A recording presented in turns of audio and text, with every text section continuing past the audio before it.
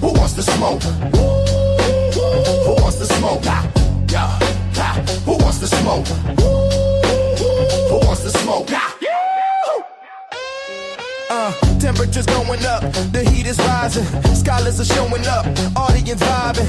We on a mission, competition is the only desire. Whose information will be facing the immersive fire. So what's up, stand up, can you walk through hell? So tough, too tough for the weak, soft shell. Set the fire, fan the flame, smoke is rising in plumes. While the inexperienced debater starts to choke on the fumes. Bring your science, bring your wisdom, even bring us your religion. If you cannot stand the heat, then please don't come in the Paul's kitchen. It's a session, learn a lesson, fight and overcome your fear. Who will be the best debates by the time all the smoke clears? Who wants to smoke? Who wants to smoke? Who wants to smoke? Who wants to smoke? Smoke session, smoke session, smoke session, smoke session, smoke smoke session, smoke session. Smoke session.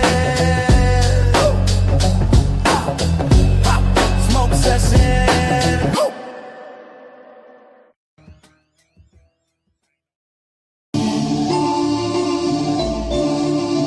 Welcome to the jungle. You know Philly Fred. Rest in peace, Sexo from OK Corral. It's like this, Honey Park style. My peeps in county jails, waiting on court dates. Life is written in the shared self-state, ready to release the spirit back to the black hole. Suicidal vacated notes on toilet paper. Stone slash cold, back in close hole. Made a wrong move, tables turn. I wish I could hear the prophetic words from my ears who wisdom the days of old. Before their minds got fried through smoking coke. Too much crying, my dome hurts. Vision burns, left swollen, back body broke. Watching block workers fraternize with cops, telling jokes just to cope. A young nation with false hope. Washing our image where heritage soap. Some dudes you thought were your folks left you hanging. For rare vultures to roast your soul. Your baby mind's missing your cause. You out of control on meds to avoid the pain that's hurting. Losing focus for the omen. Doing what you do as the Romans. Listening to Christian inmates drop sermons. Trying to stay sucker free from hermits and pee-wees like a hermit. Sometimes some play Frogger, die like Kermit. Some even get their wigs split. Doing too more. Make us a lot like Abdullah Ibn Muhammad. Soup season packs got blood, rushing like a comet. Israelite vegans once they eat meat, ready to vomit. Trying to stay God conscious from the nonsense. So not to lose sense of five senses, but deadly venoms start entering the psychic at night. You hear the chisel with shanks on the ground getting strength. Infected our scars, trying to feel thick and balls, doing shakedowns, playing James Bond, looking around for contraband like he's Taliban. Bell so high, can't even make bond. 100,000 and thoughts reach beyond 8 Mile like sound. 17 certified, 10 to 24, 4 pound. Stressing, you lost 10 pounds, crying to your Hawa to let you out the beast's mouth.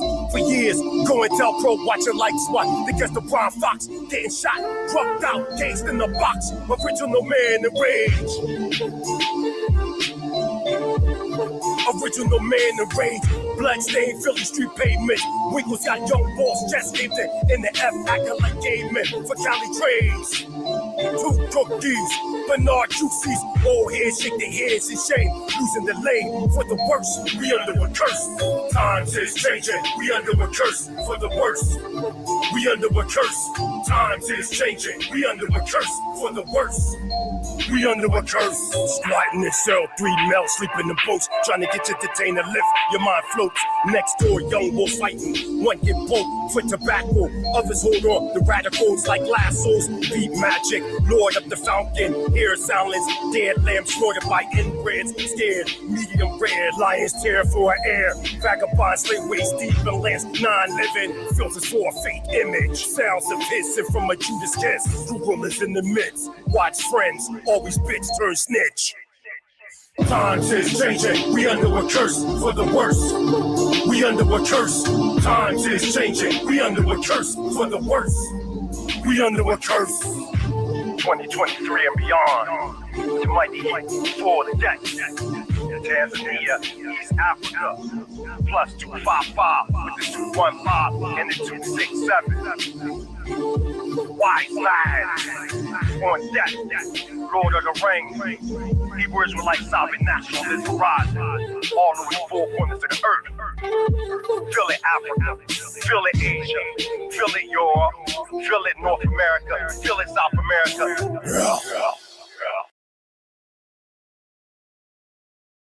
All right, peace, everybody. Peace, peace, peace, peace, peace.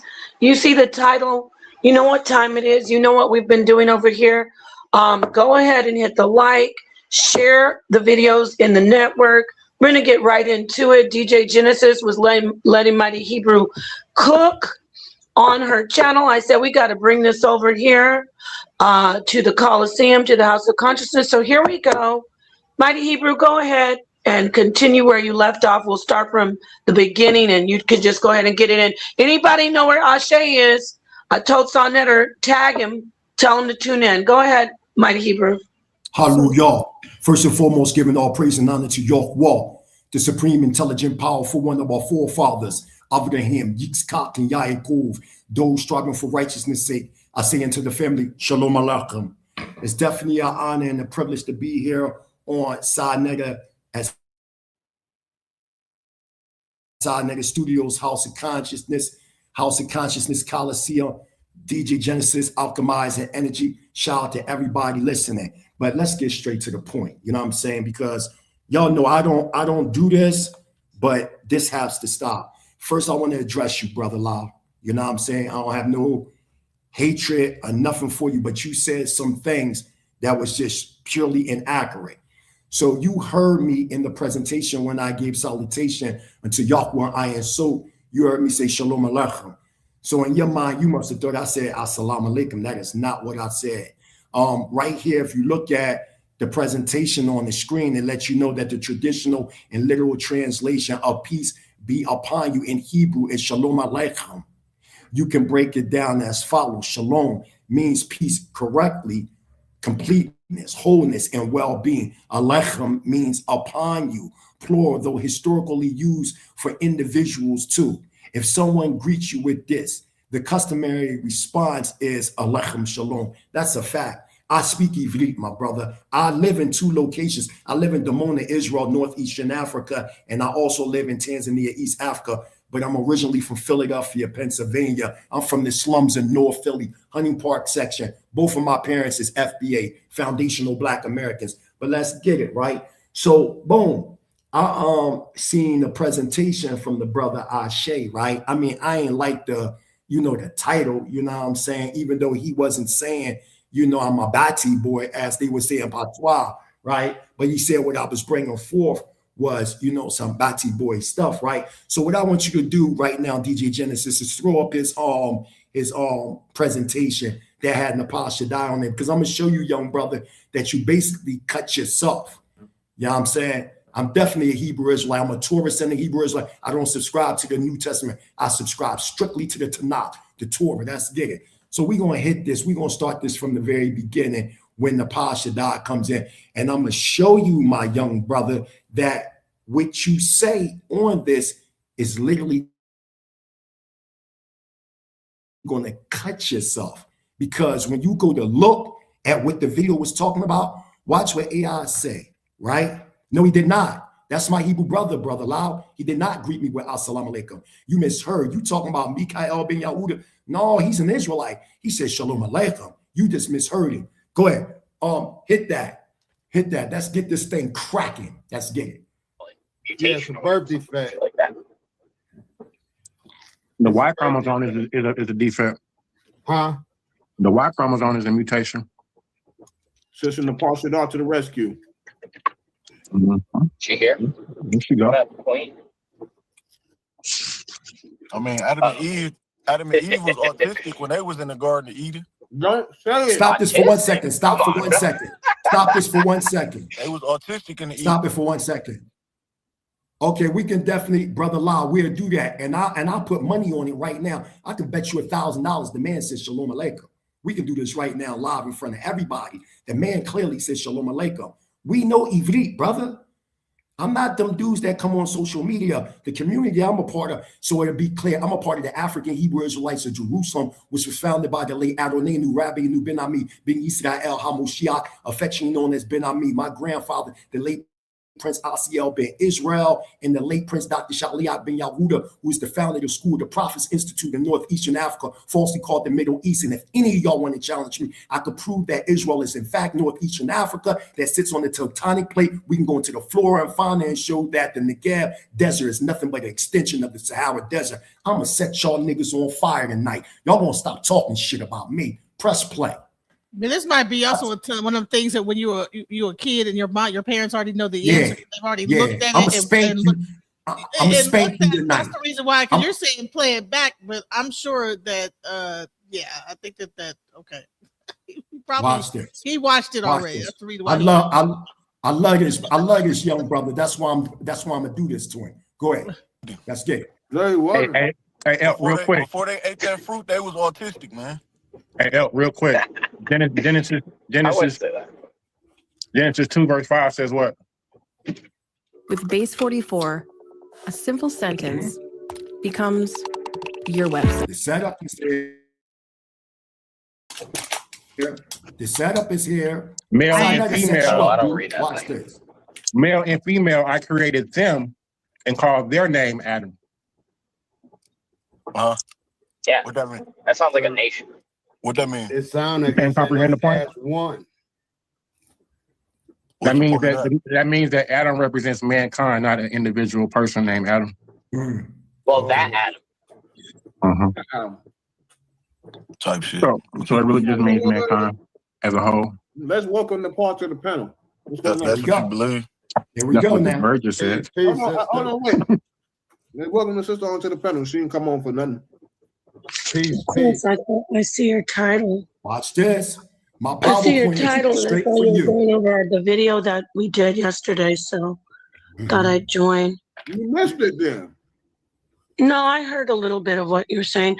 That we need to change the Bati Boy thing, though. You're gonna have to edit that. Okay. But you just woke up, Nepal? No, I've been walking all day. Walking in 112 degrees. Oh, You changed it for me, sis? No, I can't change it. That's I don't want to. You can change it. I'm looking at it. Say, I say what's there. Challenges mighty Hebrew in his doctrine. It don't say Bati Boy no more. Oh, maybe Sonetter changed it. Yeah. So No, it says Bati Boy. it's no problem for you to challenge him. It's just that I don't get why you guys think it's homosexual though. It still says Bati Boy on there. Boy, nobody said it was. I gave a lot of reasons why I said it. I believe it's a Yeah, I didn't look at it. What is the homosexual part? not homosexual. Not homosexual. It's the promotion of transsexual. Is it? Mm-hmm. Watch this. How? You missed the presentation since you have to watch it again. Well, let me explain something No, to she you. don't. When he's saying there is no male and female, I heard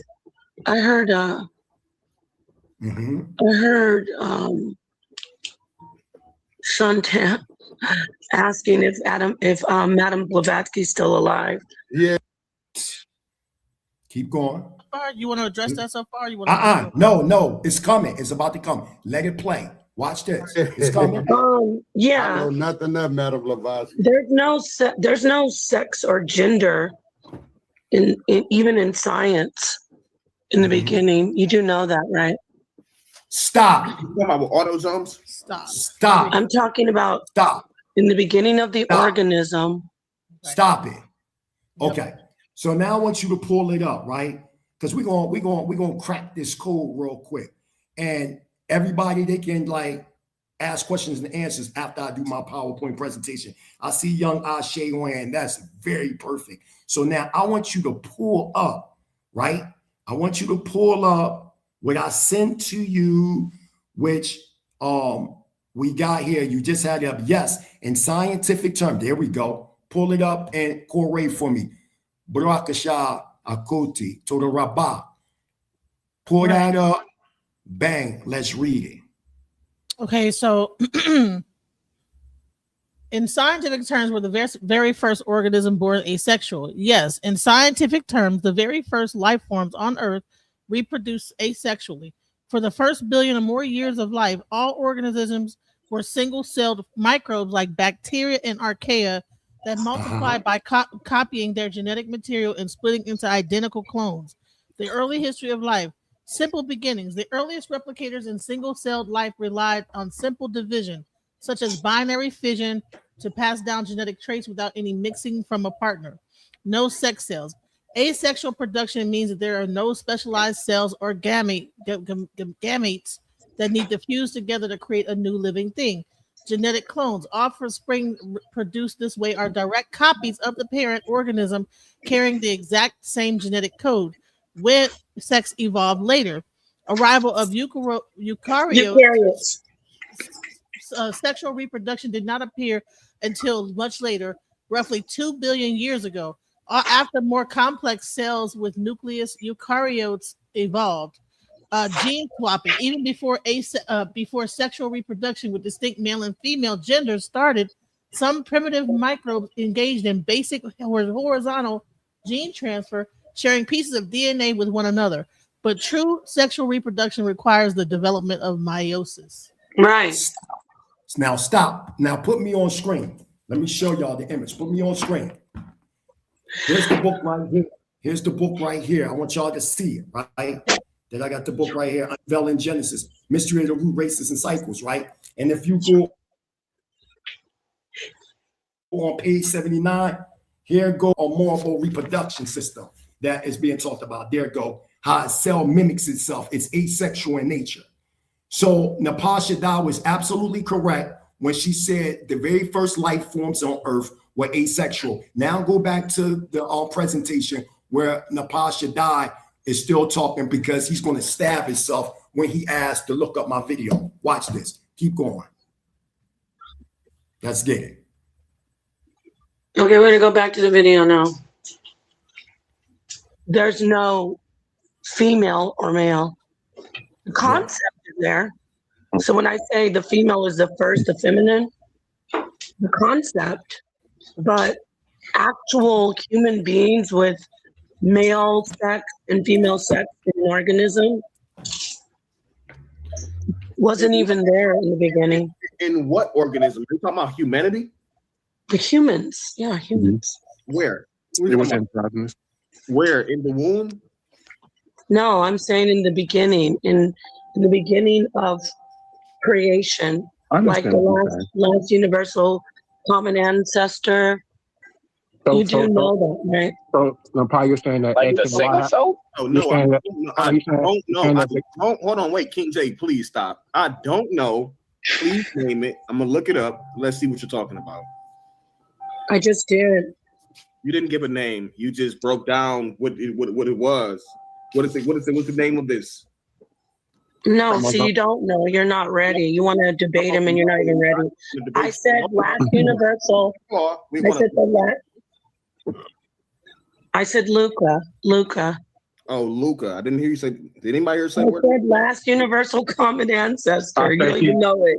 Luca means I say she's really just saying like the chromosome X and Y have a common gene pool. They come from a common ancestor, so to speak. And that's why I asked her about autosomes, right? Well, and I said before we talk about anything, the first creation was sexless. I want you to stay on track.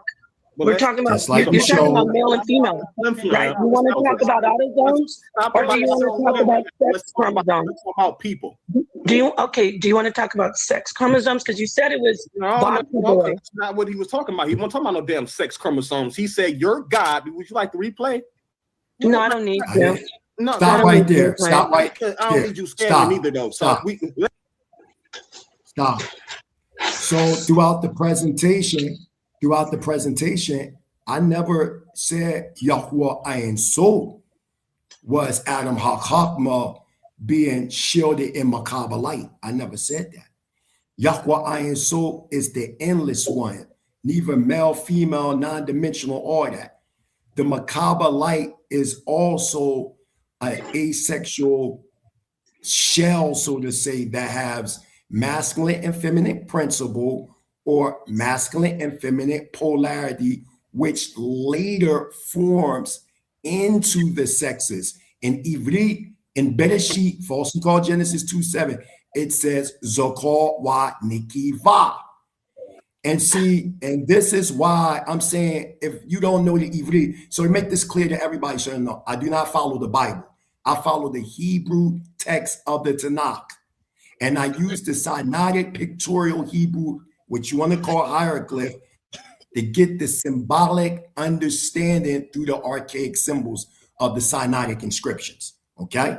So now, and after I get finished the presentation, then everybody can say what they say. Shout out to God Energy. I see God Energy in the building.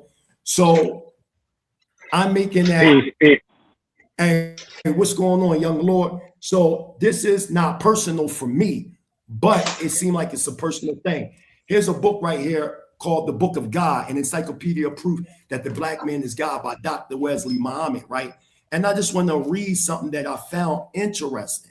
You see what I'm saying? Because he was also breaking down how originally there was a duality in principle, but the non-initiative, they took these things literal and they ran. And this is what we're having right now. We're having a literal discussion with people that's taking what I'm saying literal, but I'm speaking esoterically. Could you real quick, while I look this up, DJ Genesis, could you give us the esoteric meaning of asexual being in the esoteric sense? Could you read that to the people?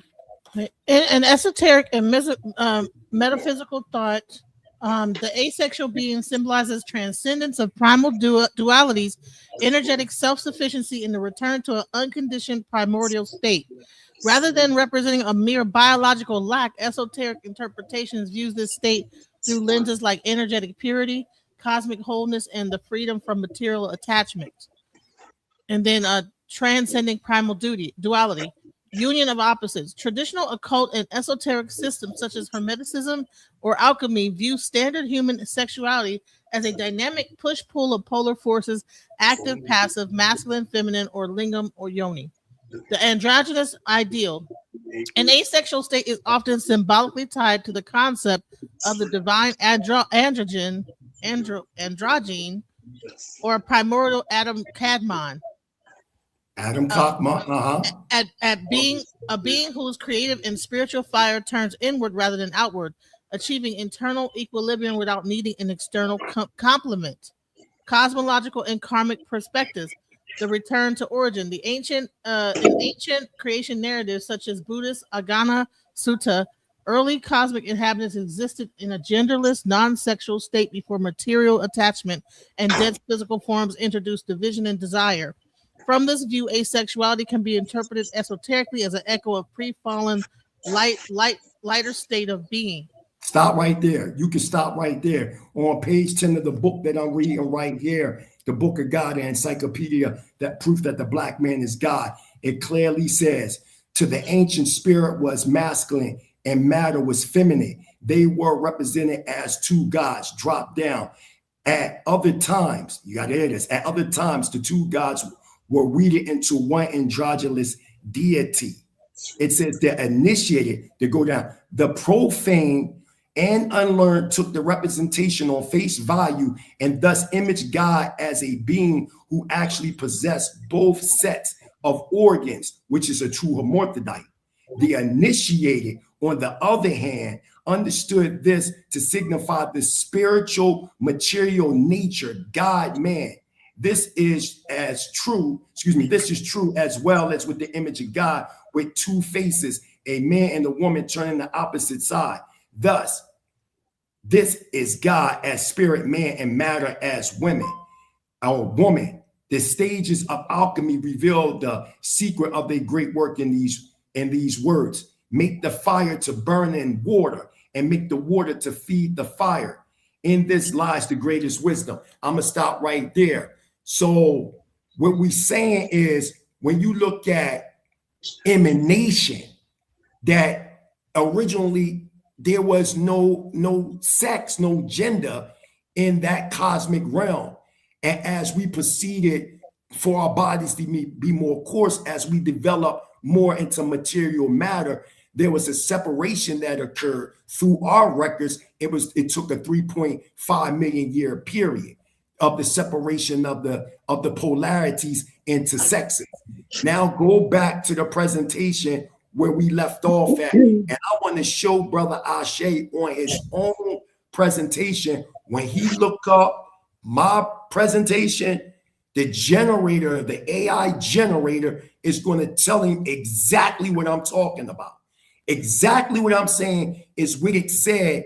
And I believe you seen that, brother, and you turned it off. Now play that. Go ahead, DJ Genesis. Before you go, though, if you don't mind, yeah, I want to just add a little bit, because I think I don't know if you said 5 million or 500 million, but when I was talking to him, I want to make it clear about all organisms having, Luca. But when you get to talking about sex chromosomes, because he's saying, what about autosomes? Before there were, it was so heated. Before you even had sex chromosomes, a separation, like what we're talking about, you can say autosomes, but the conversation is about sex chromosomes, right? I'm getting to a point because I've taught this many times. We see it as an XX now for women, for female, but these were not sex chromosomes. They were a type of autosome before we had the separation of XY. In the XX, males and females both in the organisms had those twin so-called autosomes that are the proto, the pre-XX. So when I say the women or the female was first, we're talking about male and female both having what we will call a type of XX, which wasn't at the time a sex chromosome. It was an autosome. But now that we have a degenerate Y, we say sex chromosomes, get it? Because in the male species, now we have that second of the two identical autosomes that now we have them as sex chromosomes. So we have XY for male and XX for female. What my point is to what he's saying in this presentation is we had the same everything at the genetic biological base. You get what I'm saying? So I just want to throw that out. Thank you. This was 300 million years ago, though. I don't know what you say, Mighty Hebrew, but okay. Yeah, and that's correct. And I just want to say something because I keep hearing dudes about bring up Blavatsky. Blavatsky ain't create no theosophy.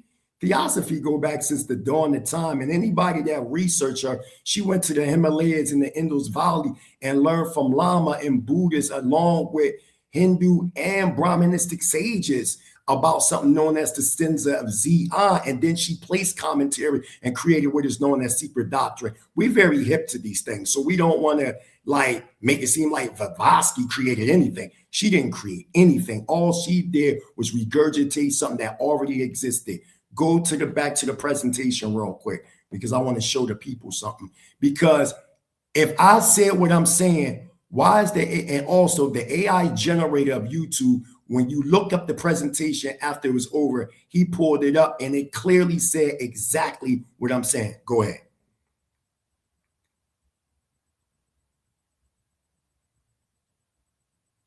Now I'm scamming.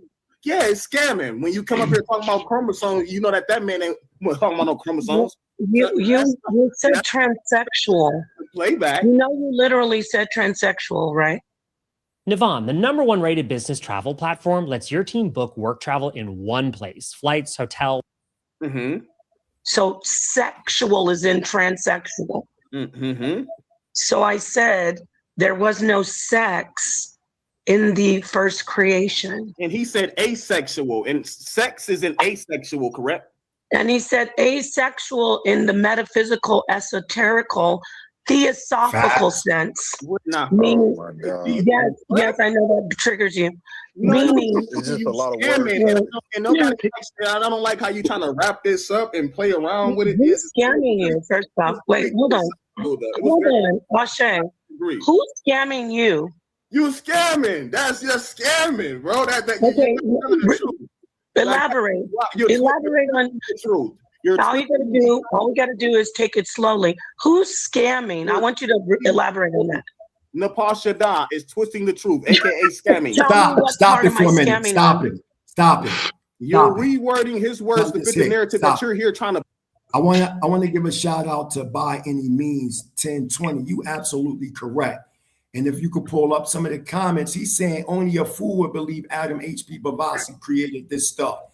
Only a fool would believe that they created these occultic thoughts. There was do y'all know that there was a black man? I ain't even gonna go there. Oh my gosh. Yeah, are y'all familiar with Randolph Pascal, who is African man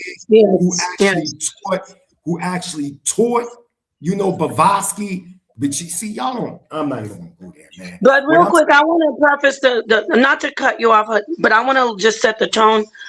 We get heated up here. Everybody's on a very respectable level. If you're listening to this, if you listen to Mighty Hebrew, you listen to Ashe, God Energy, Genesis, me. First off, we're all cool. So when you hear this playback and you hear it get heated, so I'm just letting everybody in the audience, don't come over here thinking you're gonna see some beef or whatever. This is about the information, but we do get it in over here. So I just want to let everybody know we're gonna stick to the information, and we all have respect for each other up here. So go ahead, finish. I saw God Energy have his hand raised. But listen, I can't. I gotta go through my PowerPoint. I gotta go because this is part 3. I gotta go through my PowerPoint. All right. Let's get back to don't worry about the chat, Mighty Hebrew. Please don't. Okay. Go ahead. Continue on. Push the defendant. And real quick, once he's done, you guys can ask. That's why the link was in the chat. If you just hold on, write it down, and I want you to address everything that he's saying. So, all right, go ahead.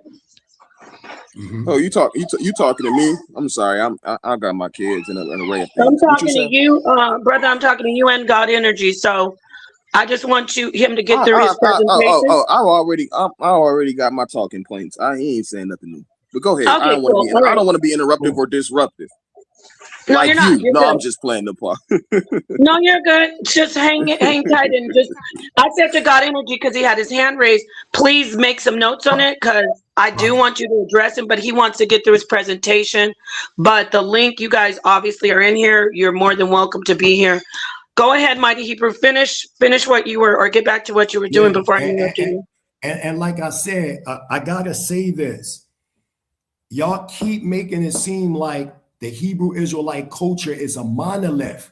No, it's not. If you look at this, if y'all put the picture up here of me, you can see this right here is called the Tree of Life, African Hebrew Israelites of Jerusalem Absorption Manual. We got a Tree of Life system. Look, see, don't it say, look, what that say? The African Jerusalem Absorption Manual, the Tree of Life. We got a whole Tree of Life system. So it's not, don't think all Hebrews believe the same. We got to get out of that mind state thinking that all Hebrews believe the same when they don't. And that's all I'm saying. Maybe the Hebrews that you may have talked to or you might have spoke to, and they might come in a religio sense. We don't do that, the African Hebrew Israelites of Jerusalem. We got a scholarship body known as the School of the Prophets Institute, whereas though we take the scripture to the highest esoteric level. Give a shout out to one of my master teachers, Dr. Kazriel Ben Yahuda, Dean of the School of the Prophets Institute in Dimona, Israel, Northeastern Africa, who I brought on the House of Consciousness before, and that know Sarnetta along with Sister Nepal. Go ahead. Continue on. I just wanted to bring that out to the people that all Hebrews don't believe the same. You got different Hebrew groups and camps. Y'all just familiar with the ones that be on the street corner. So y'all come up with these preconceived notions that all Hebrews believe the same. That is false. Play. So you said transsexual. I mentioned that there is no sex. Where's the scam? What your boy said, and what we're referring to, and when we're responding to, is what your boy said. So so a matter of fact, so let's slow it down because you said you wasn't even here for the video. So maybe you don't remember what he said. I remember, I know his teachings, and they're not just his. There's Vedic teachings, there's Neoplatism, there's of course, you're focused on H.P. Blavatsky, but these teachings go back to these people. Well, I'm gonna let you know something. That's not respectful. What do you mean? What do you mean it's not respectful? Just finish your spiel. You just called me scamming. I didn't cry and say I'm not being respected. Okay, so let me get back to this. It's not just his teaching. He does have his own teachings, but these teachings go back to, like you guys are crying about, before H.P. Blavatsky hijacked Theosophy. Theosophy predates her. It goes back to before the Kabbalah. It goes back to Kemet. It goes back to all the Vedic teachings. Somebody was crying up here saying, Indus Valley. Yeah. Who has a problem with ancient writings? No this one. isn't She just about. brought it to the forefront. I'm gonna be real. I'm gonna be real. I'm gonna That's be all all the way Madam real with you, because and the realism is this. We'll let y'all come on and give y'all spill and defend and twist words and yes, I say scamming. I don't care. I'm not saying you no, you said disrespectful. I said I don't care that you're saying scamming. And that's disruptive. But yes, what's disruptive? You talking while I'm talking. Yeah, and you know what? If you Negroes have a problem with that, don't be on my husband's channel. I shouldn't have said that. Hey, pause it for a second. Pause it for a second. I'm not angry, but you're crying about it. Pause it. I want to publicly say I shouldn't. You know, I was getting a little heated. I shouldn't have said that. That's his rhetoric. Frontier is Ashe's domain. That's his channel that he works in the HOK network. I was just, he's getting a little under my skin. So yeah, that doesn't have anything to do with, pulling all that stuff. I can admit that's bullshit when I'm pulling that husband's channel stuff. Yeah. So yeah, I just want to say I shouldn't do that, and I won't be doing that again. If I get upset about somebody saying something about me, I'm just going to stick to the information and not pull that kind of stuff. So go ahead, play that playback. Go ahead. Go ahead, Genesis. Little things like just respect and me talking. You talk over everybody. Ashe, you talk over everyone, sir. But get back to the point. And I wait to be called on when I'm on. And then you keep talking over people. So what do you want to say? Damn lie. Go back to what you want to say. You want to know what? And I see what you're doing, and I don't like it. And I don't because I came in and told you that there's no sex. I don't respect what you're doing at all. I'm gonna be all the way real with you. So how about this? What was he so upset about? Are you willing to defend? You're defending it right now. You don't see. You're not watching. Jesus, would you like to be Captain? What was Yeah. I didn't get to see this guy. This is my first time seeing this. This is blowing my mind. Right. Like, why is there so much anger about it? Somebody put this in my inbox. I didn't even know about this, Jonah. I didn't even know. I don't respect what you're doing. Jesus. Okay. But hold on, Brother Law said he's leaving, and he didn't want to. I didn't like it. I mean, but that's cool. It's really just water under the bridge. The reason I stopped it though, because we family, and I don't want we not finna get into nothing crazy on stream. We fam. Okay, I think that I don't. Okay, all right. So, and I'm Brother Law said he's leaving. He made his announcement. No, Brother Law, don't go nowhere because I put this PowerPoint presentation together. It's about to come up. Don't leave, man. Don't leave. Yeah, I think the Brother Law. He's like, I'm leaving, guys. But he said it was somebody in the chat or something like that. Not none of us. He was saying it was somebody in the chat getting on his nerves. No, okay, well just ignore them. Yeah. Don't leave. Don't leave because I want you to see this PowerPoint presentation. Everybody's going to enjoy it. You know what I mean? Y'all got me in my bag. I just turned 50. Y'all won't let me. It's like, The Godfather 3, when you see Michael Don Corleone trying to get out and y'all just dragging me back in. I don't know why. So I'm gonna deal with this real quick. Go ahead. Press play. Don't leave me. It's crazy. No, don't leave. Don't leave. Don't leave. No. Somebody said don't leave me. It's crazy. Y'all bugging out. The chat well, okay, anyways, y'all. They wild. They wild. If you want to be Captain Save them, let's go to the teaching. I don't care what you say. I asked you a question. You didn't talk about last universal common ancestor. Can you get back to that, or you discount? No, you don't come to my show and you don't change, and you don't get the twist and change things. So we'll go. Stop it. Yup, stop it. So Brother Ashe was like, let's go to the teacher. So when you look on the far right-hand side, it says, ask about this video. So he's going to ask about the video and watch what it say. This is how you know that what I'm saying is exactly what I'm saying. Press play. Watch it pop up and watch what it say when we read it. Can I say anything before you play it though, brother? Just real quick. It ain't nothing crazy. Go ahead.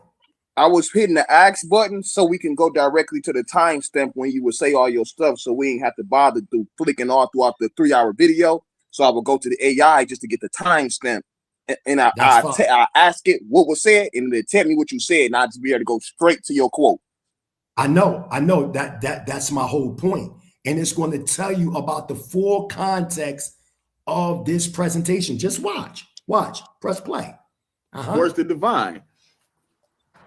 That's crazy. Can I throw some clarity to help? Wait, hold on. Stop, Ashe. Who's on the panel talking about that's crazy? Who is that? That's my cousin. Well, your cousin, you will get removed. Let me talk to you. You will get removed if you're over here cheerleading because I don't know you. I don't know you. I don't know you. That's crazy. You're being sensitive. Don't say it anymore. Whoa. I was on one, y'all. I just want the budgeting app. It's based. I didn't get to pay my bill, y'all. Sorry about that. So look, press pause. Okay. Right there. No. You went too far up. You went too far because it just came in. All right, right there. Okay, just hit it again so it can come in. Press play. Take the volume off. Wait, hold on. Stop, Ashe. Who's on the panel talking about that's crazy? Who is that? That's my cousin. Well, your cousin, you will get removed. Let me talk to you. You will get removed if you're over here cheerleading. That's annoying. I don't know you. I don't know you. That's crazy. Don't say it anymore. Don't say it anymore. Don't do that. I sound like a Karen. I'm not lying. I didn't have to Don't say it anymore. Stop Damn. it. I was on my Karen, y'all. I know. Stop it. Don't say it anymore. So if y'all look on the right hand side, blow it I didn't drop it though. I want y'all to hear this. Look at the far right hand side, and Brother Ashe wrote what it said about the androgynous beings. Can you read that, DJ Genesis? Listen to what it says about what the video is talking about. Listen. All right. The video discusses the concept of androgynous or asexual beings as part of a historical esoteric progression of human form and consciousness. Here's a breakdown of what it said. The original state. The speaker argues that the original human beings were androgynous or asexual in nature, encompassing both masculine and feminine principles within a single unified being before the separation into the distinct male and female. And then I got to play a little more to get to the rest of it. Yup, and female sexes. Exactly. So that's exactly what I'm saying. With that said is exactly what I'm saying. That's exactly what I'm saying. I didn't say anything crazy or inaccurate. Press play so the rest can come up. Better. I'll do you one better. So the rest can come up. Okay, stop. Continue to read, DJ Genesis. Okay. So it says what else does it say? Texas we know today. The term asexual is used in an esoteric sense rather than a purely biological one. It refers to a state of being that transcends physical biology, representing the unification of eternal spiritual energy rather than simply being. Thank you. Now you heard that. Don't do that. Well, he wanted to drop in. Nepal, this is crazy. Hold on. Nepal, this is crazy. Nepal. Hold on, young brother. Oh, yeah. You can stop there now. You can stop there. So what I'm saying is very clear and it's very simple. The problem what's going on is the literal interpretation of what is now called the Bible. I am not coming from the Western understanding or Judeo-Christian understanding. I am going back to the ancient understandings of a group of Hebrews known as Yadavas, going back to the Indian subcontinent. And when you read their material and understand it, they understood the Genesis by using the Yuga cycles to break down their cosmic history into the physical history, starting 311 trillion, 40 billion years up to 1,000 years ago. And they used the so-called 7 days as 7 created cycles. The word day does not mean day in the Sinaitic pictorial Hebrew. It means that which containeth life. This is a fact. This is a fact. So now what I want you to do is pull up the PowerPoint presentation. But before I start, if anybody want to say something, go ahead. But pull up my PowerPoint presentation. Let's get it. Go to the first. That's the second. Go to the first. Is God Energy still in here?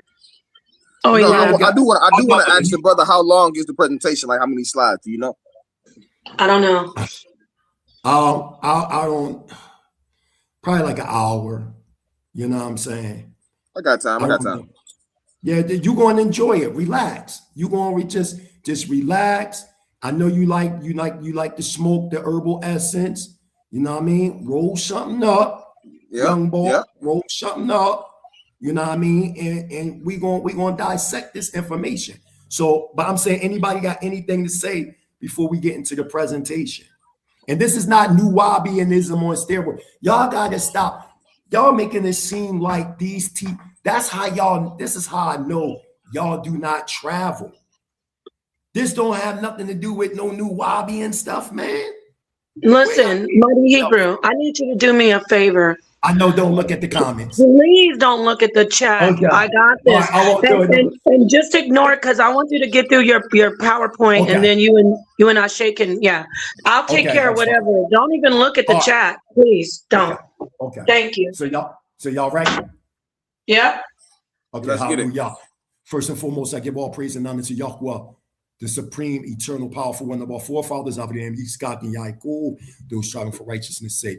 I say to the family, Shalom Aleichem, this is the Mighty Hebrew, Nasi Prince Charland Dean, Tanzania, by the way of Philadelphia, Pennsylvania, understanding the 7 emanated cycles of Adamic consciousness. Now, why am I talking about 7 emanated cycles? The reason is because we've been under the impression for many, many years that when you're looking at the first pages of Bereshit, falsely called Genesis, that we're looking at 7 literal days, because this is how we've been taught from an abstract level. One of the problems in the world today, when they look at these Eastern esoteric teachings and readings, they got their understanding from Hellenistic Greco-Roman meanings being crossed over into Hebrew words. This is one of the major problems that we see when we're dealing with things like Strong's Concordances.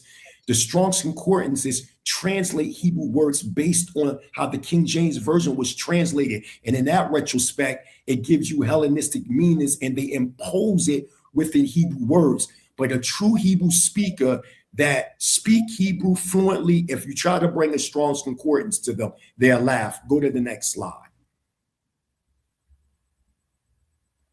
I said in my book, 311 trillion, 40 billion BCE to now, I said the realization of truth is the ultimate weapon to manifest one's reality. And that's true. We got to stop being biased. We gotta shed the biasness. I know how we've been taught the Bible, or the so-called Bible. I understand that your Gentiles took this Eastern book and manipulated it, and they force-fed it to us. But now today in 2026, you have a scholarship body that is putting the scriptures back in its proper place and perspective, just like they hijacked Kemet. When they hijacked Kemet, they took all the artifacts, they took all the information, all the data, and imposed it on their own until there was a challenge.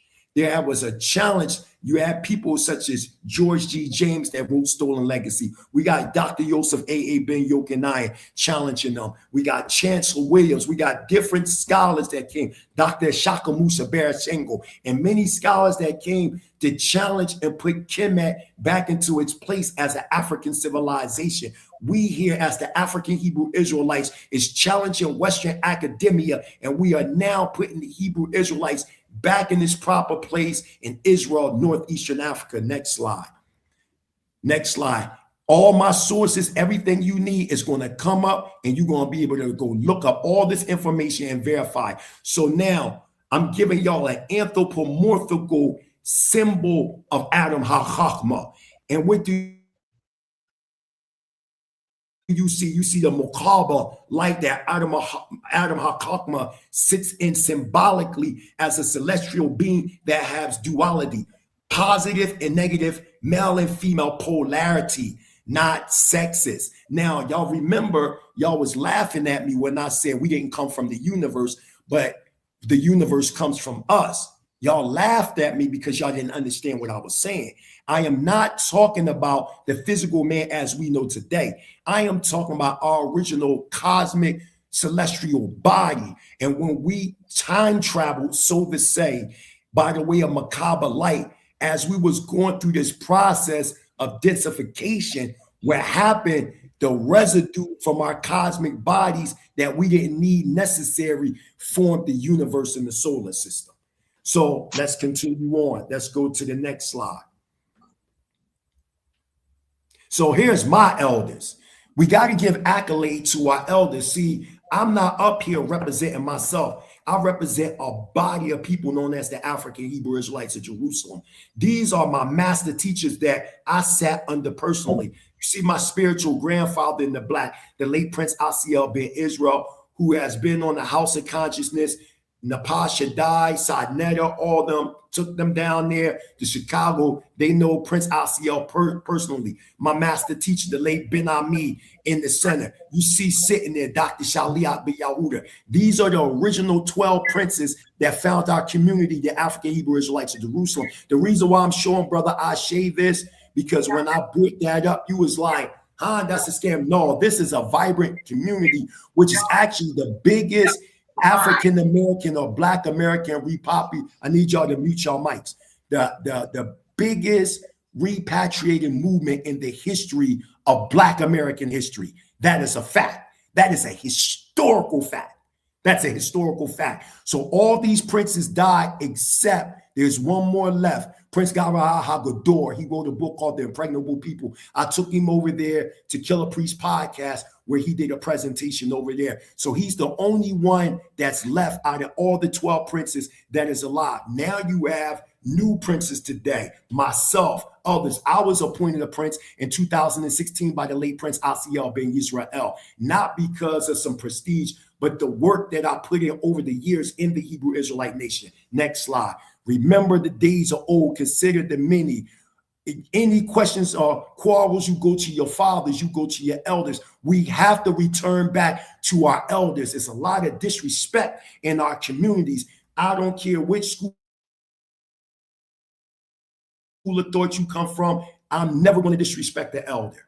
Never, never. Because there was lives that were lost to build what we got. Now we got the elders continue. You're always going to have them threes. And who do you see on the far left? The late Prince Dr. Shaliah ben Yahuda, who found the School of the Prophets Institute that I graduated out of in 2005. Boom, you got the late Prince Asiel, who is the international ambassador and prime minister of the African Hebrew Israelites of Jerusalem. And then in the center, who you got? Adonenu, Rabbeinu, Ben Ami, Ben Yisrael, HaMoshiach. What do you see on his kippah? You see the radiance coming from his kether, showing that same Merkabah light, that same Merkabah light. These are the elders that taught me what I'm teaching y'all. Continue on. Tamshi Barakashah.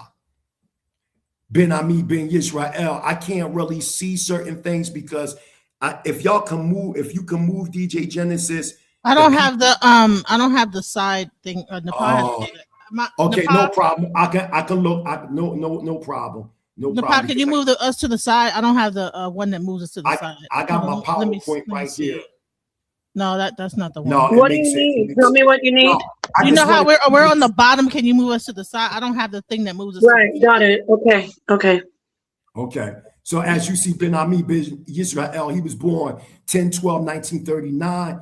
He died 2014. You see the 8 on the side. Why? Because we represent 8 as infinity. And when you go into the covenant of the 17th chapter, the Bereshit, all the male children were told to be circumcised on the 8th day. And Hebrew Gematria, the number of the Tetragrammaton is 26. 2 + 6 = 8, which is the sign of the covenant, which is eternal from everlasting to everlasting. Olam, hallelujah. Tumshi, next slide. Now we're getting into the 7 root races of the celestial or the terrestrial cosmic era. That's what we're getting into right now. I'm seeing it left the screen. It left the screen. I got to wait for them to come out. There we go, right there.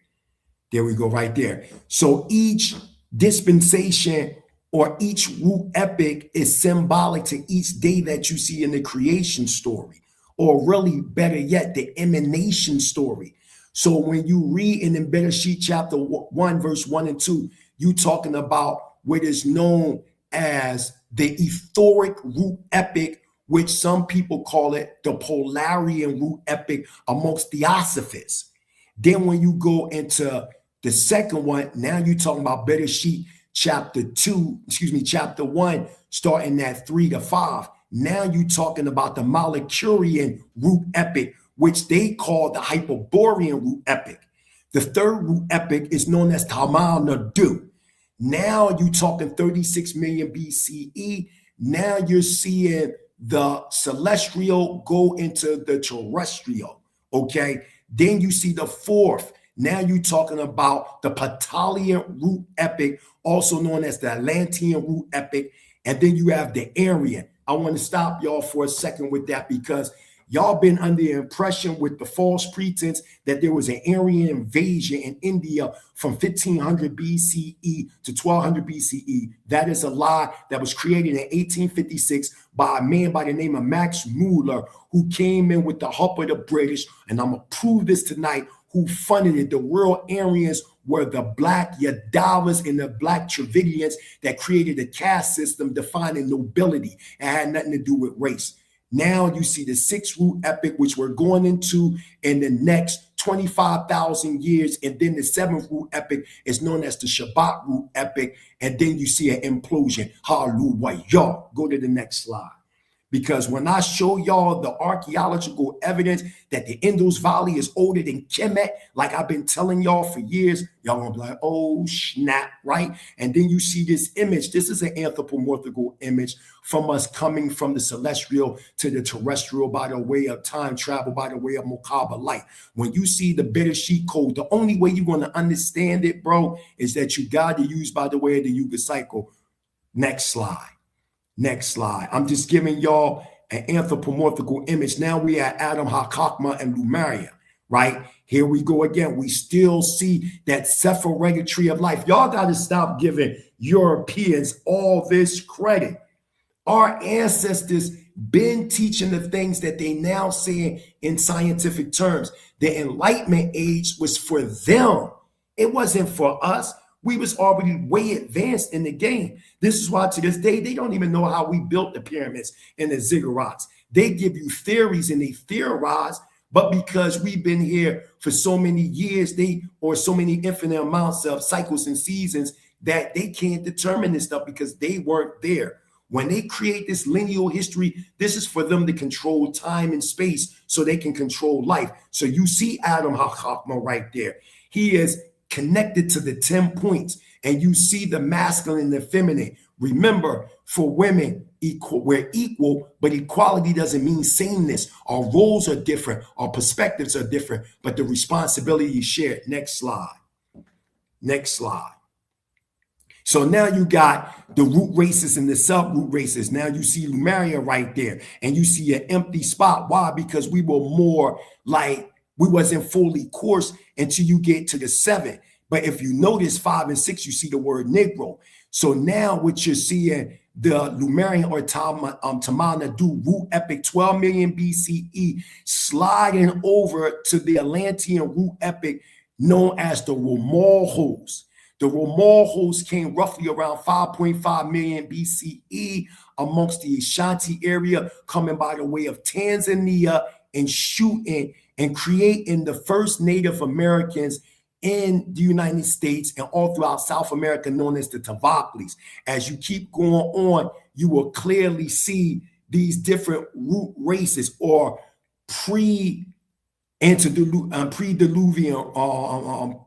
diluvian races, which will go into the antediluvian times. Next slide.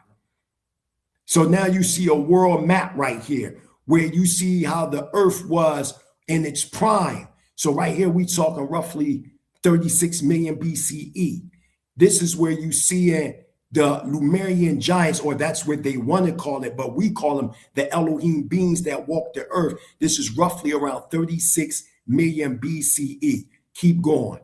Watch this. So now this is in the book from W. Scott Elliott called Legends of Atlantis and Lost Lemuria. And you see the Tamar-Nadu, 36 million BCE. And you can find this in the Book of Manu, which have nothing to do with theosophy.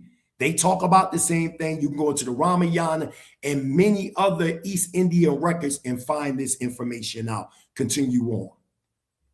Now, in the History Channel, we see them talking about Kumar Kandam, which we call Tamar-Nadu. At one time, we clearly see Madagascar and Sumatra connected to this. And then you also see the Indian subcontinent also connected. And when we deal with the history, we always hear about some of the oldest human remains going back to where the mountains of Maru and all that is at.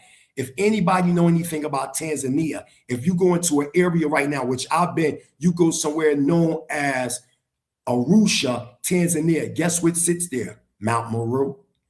Guess what sits in Moshi, where I'm at right now? Mount Kilimanjaro. If you look in my backyard right now, you can see Kilimanjaro right in my backyard, like right in front of my backyard. The next slide, please. Let's get it. Now, here we go. We're about to fry it up. So I need you to read right there, DJ Genesis, who is Hanuman, because I'm bringing this up because, you know, Nepal Shaddai brought this up. So now I'm about to get into this. Let's get it. Who is Hanuman? Part human, part monkey. Hanuman is a central character in the Hindu epic Ramayana. He is generally depicted as a man with the face of a monkey and a long tail, often described as the son of Pawan, the Hindu god for wind. Hanuman is known for his extraordinary daring feats, strength, and loyalty. Now, and where is that source coming from? It's down the bottom. Indian what? India probes identity card for monkey god Hanuman.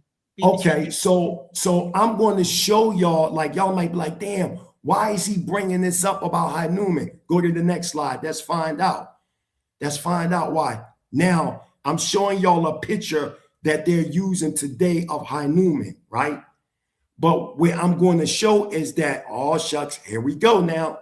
Here we go. So you got Rama.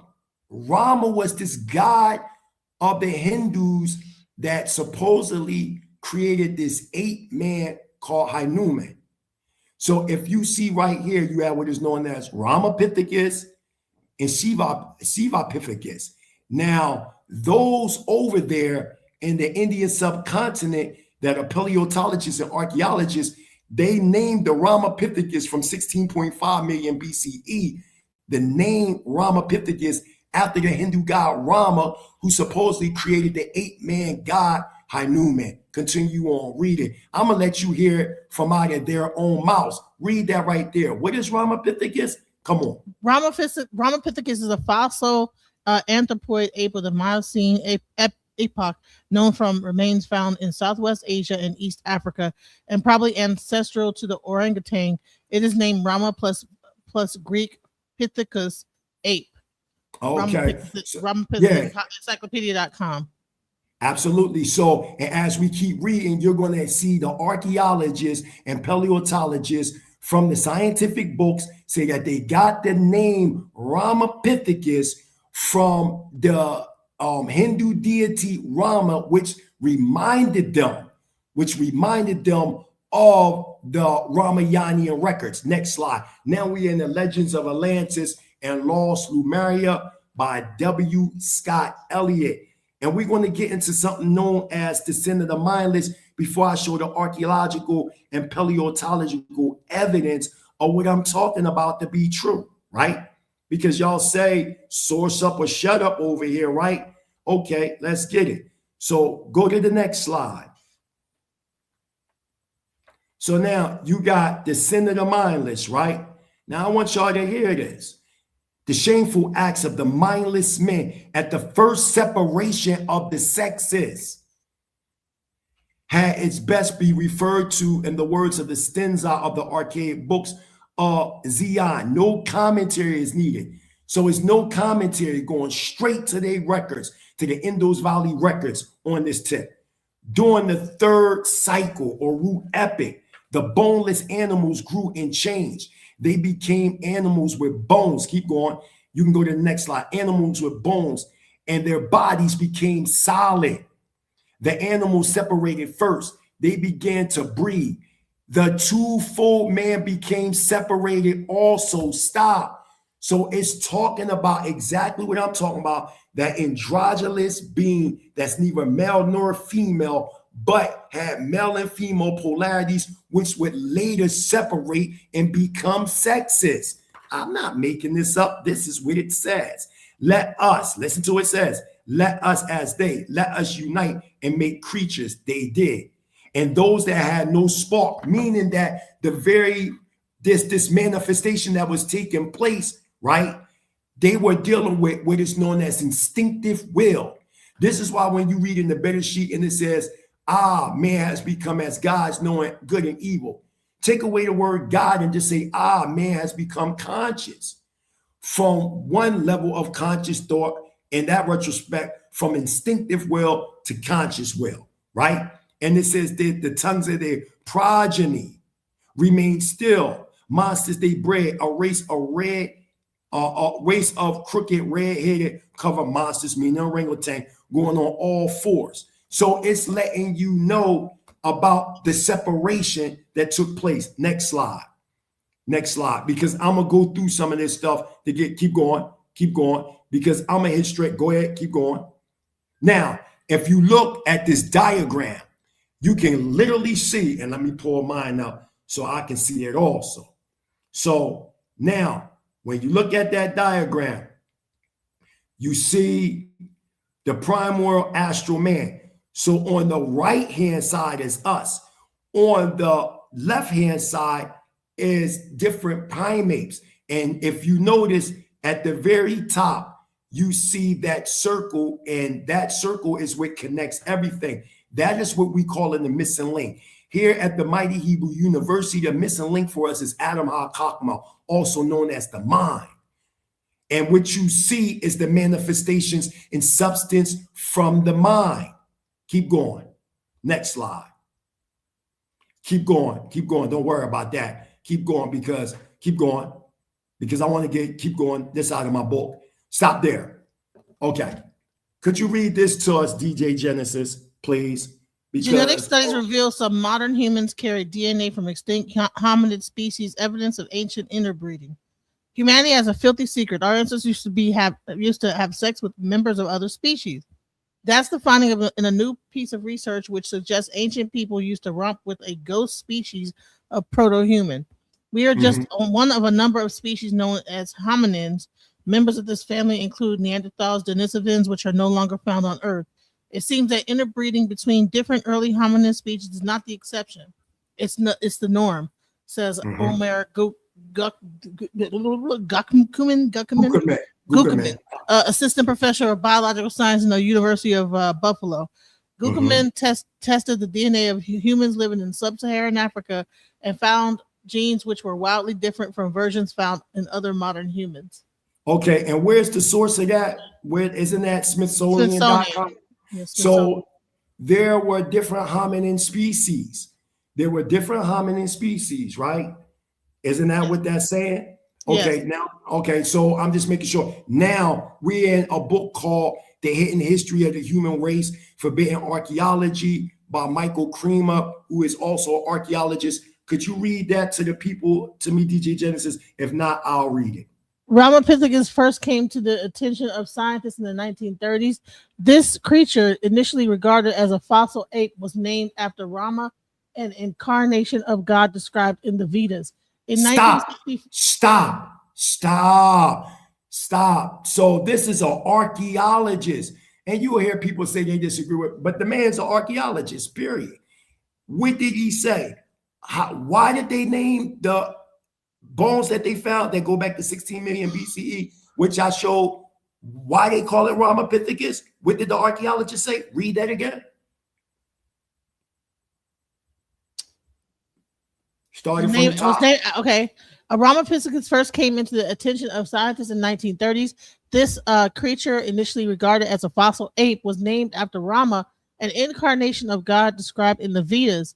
In 1964, Ramapithecus achieved worldwide fame where Elwin Simons and David Pilbeam reconstructed an upper jaw from two fragments, giving it a characteristically human parabolic shape. Simmons and Pilbeam pronounced Ramapithecus to be a hominid and erect bipedal primate. In 1964, Elwin Simmons wrote in Anthropology, Ramapithecus punjabicus is almost certainly man's forerunner of 15 million years ago. This determination increases tenfold the approximate time period during which humans' origins can now be traced with some confidence. This was a bit of an overstatement because between Australopithecus and Ramapithecus, there was and still is a gap of several million years in the hominoid fossil record. In any case, Ramapithecus quickly received acclaim in textbooks and journals articles as the earliest human ancestors. As Richard Leakey and Roger Lewin wrote in 1977, Ramapithecus, as far as one can say at the moment, is the first representative of the human family, the hominids. FIX 1984, page 20. Thank you. Go to the next slide. Now we're in the book Human Devolution. You're going to read the green and the pink highlight, the high pink highlight. This is written by Michael Creamer also. Listen to what he says in Human Devolution in the introduction. Check this out. My book, Forbidden Archaeology, co-authored with Richard J. Thompson, documents archaeological evidence for extreme human antiquity, consistent with the Puranas. With the Puranas, the historical writing of ancient India. The evidence places a human presence so far back in time as to call into question the Darwinian account of human origin. And then further down it says, because of this, I wrote in the introduction, we have not been able to develop in this volume, our ideas about an alternative to current theories of human origins. We are therefore planning a second volume relating our. I'm sorry, it's getting kind of hard to read. So it's extensive research. Extensive research results in this area of our Vedic source material. Go to the next slide. It's kind of light on my page. I can't really see it. It's fine.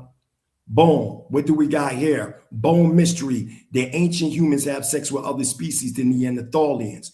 And you got the information right here, and it gives you an exhibit shown of Neanderthalian family in the cave in the Neanderthalian Museum that you find, you know what I mean? Town of Krapina. In the town of Krapina. And it says that the knowledge of our human origins has taken a huge leap towards after anthropologists decoded the DNA of a bone as old as 400,000 years, revealing that our ancestors may have had sex with more species of early humans than previous thought. And the reason why you have these different early humans and early different hominin species, because there were different root epochs. You can skip over that. Keep going, because I'm getting down to the archaeology.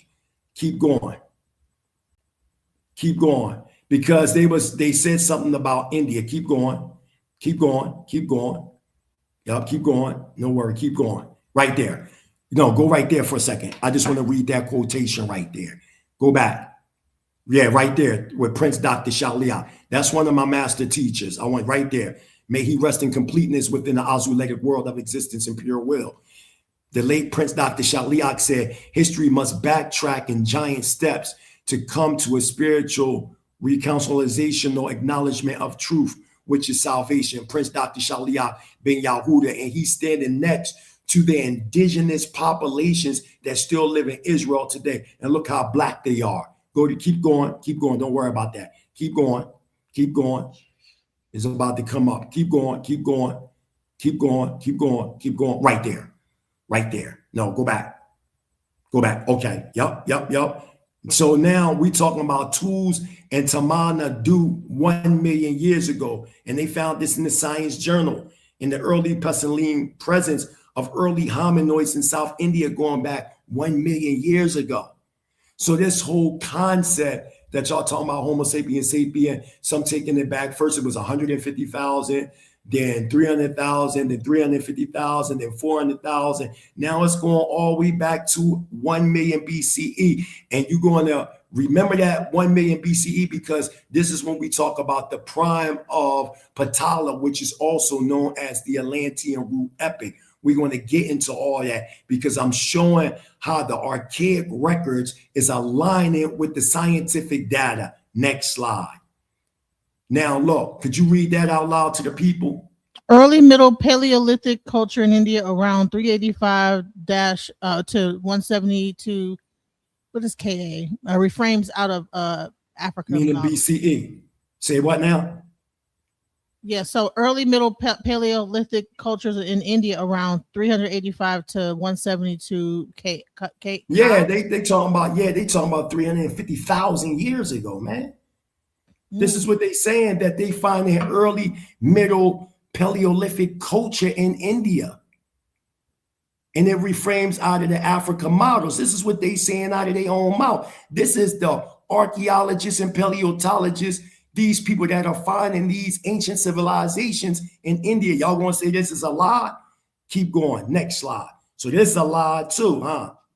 Look, read this. This is a lie. Can you read this? Scientists from Kharagpur and Archaeological Survey of India, ASI, has uncovered evidence that the Indus Valley civilization is at least 8,000 years old and not 5,500 years old, taking root well before the Egyptian 7,000 BC to 3,000 BC and Mesopotamian 6,500 BC to 3,100 BC. And what's the source of that? And what's the source down the bottom? Your story. Yep. No. Go back because I want the Indus Valley civilization is older than what we thought. Your story. And that's a fact. And they admitting this. And I said this long time ago. I remember when I was directly with Side. I think I went to go see Sarah Sutin Seti versus Aline Bay. So we going back in the day. And I was no. Even though I was there too, it wasn't that debate. It was Dr. Wesley Muhammad versus Natural Tahuti. And Sarnetta did that one. And I was being interviewed by Sarnetta and I was dialoguing with somebody. And I told them that the Indus Valley was older than Kemet. And we know about pre-dynastic Kemet. And I'm going to get into all that, how they were influenced by the Nagas of the Indus Valley. We're getting into all that. But this man right here, Max Mueller, could you read that out loud? Because remember earlier, I spoke about how he came in 1856 and created what is known as the Aryan race myth. He created that, right? Max Mueller, the propagator of Aryan invasion theory, wrote to his wife, "It took only 200 years for us to Christianize the whole of Africa. But even after 400 years, India eludes us. I've come to realize that it is Sanskrit which has enabled India to do so. And to break it, I have decided to learn Sanskrit. The soul of India lies in Sanskrit, and Lord Macaulay saw it that the later generations were successfully cut off from their roots." Next slide. Interesting. Next slide. Here go Max Mueller again. Watch this. Read that. He was a paid employee who translated Rigved is in a demeaning style. Oh, okay. So now watch this. Now go to the next slide. Boom. Let's get it. Let's get it. What is this? The Aryan invasion theory, a total misconception. This is my source right here, Baba Jia. Let's read what he said. Go to the next slide. Let's see what he say out of his mouth. He's a major scholar over there in the Indus Valley and well respected. Can you go to what does that say? The Aryan invasion is a misconception and a concocted story to divide India and strip it of its own knowledge and culture, giving credit to the Indians' wisdom to foreigners. We are the burnt fortresses, the weapons, and where are the burnt fortresses, the weapons and relics of mangled armor? Where are the smashed chariots and bodies and invaders and defenders? Despite extensive excavation at the Harappan sites, there is not a single bit of evidence that can give us unconditional proof of any ancient foreign invasion. Any skeleton or artifact proofs that were and are being found are totally indigenous Aryan and Dravidian origins. It should be noted that no hard evidence has proven the Aryan invasion theory to be a fact. The recent emergence of a new evidence over the last couple of decades has debunked the validity of the Aryan invasion theory. The origin of this theory is nowhere, emphasis mine, to be found in Indian historical records of the Vedas, Puranas, and Itihas. Can't say that word, but it's only mentioned in the 19th and 20th century politics and German nationalist propaganda. Next slide. Watch this. Boom. In the year 1853, Max Mueller was commissioned by the British to write about the Aryan invasion in order to promote their divide and rule policy. He created a rift by creating his Aryan race theory as opposed to the Dravidian race.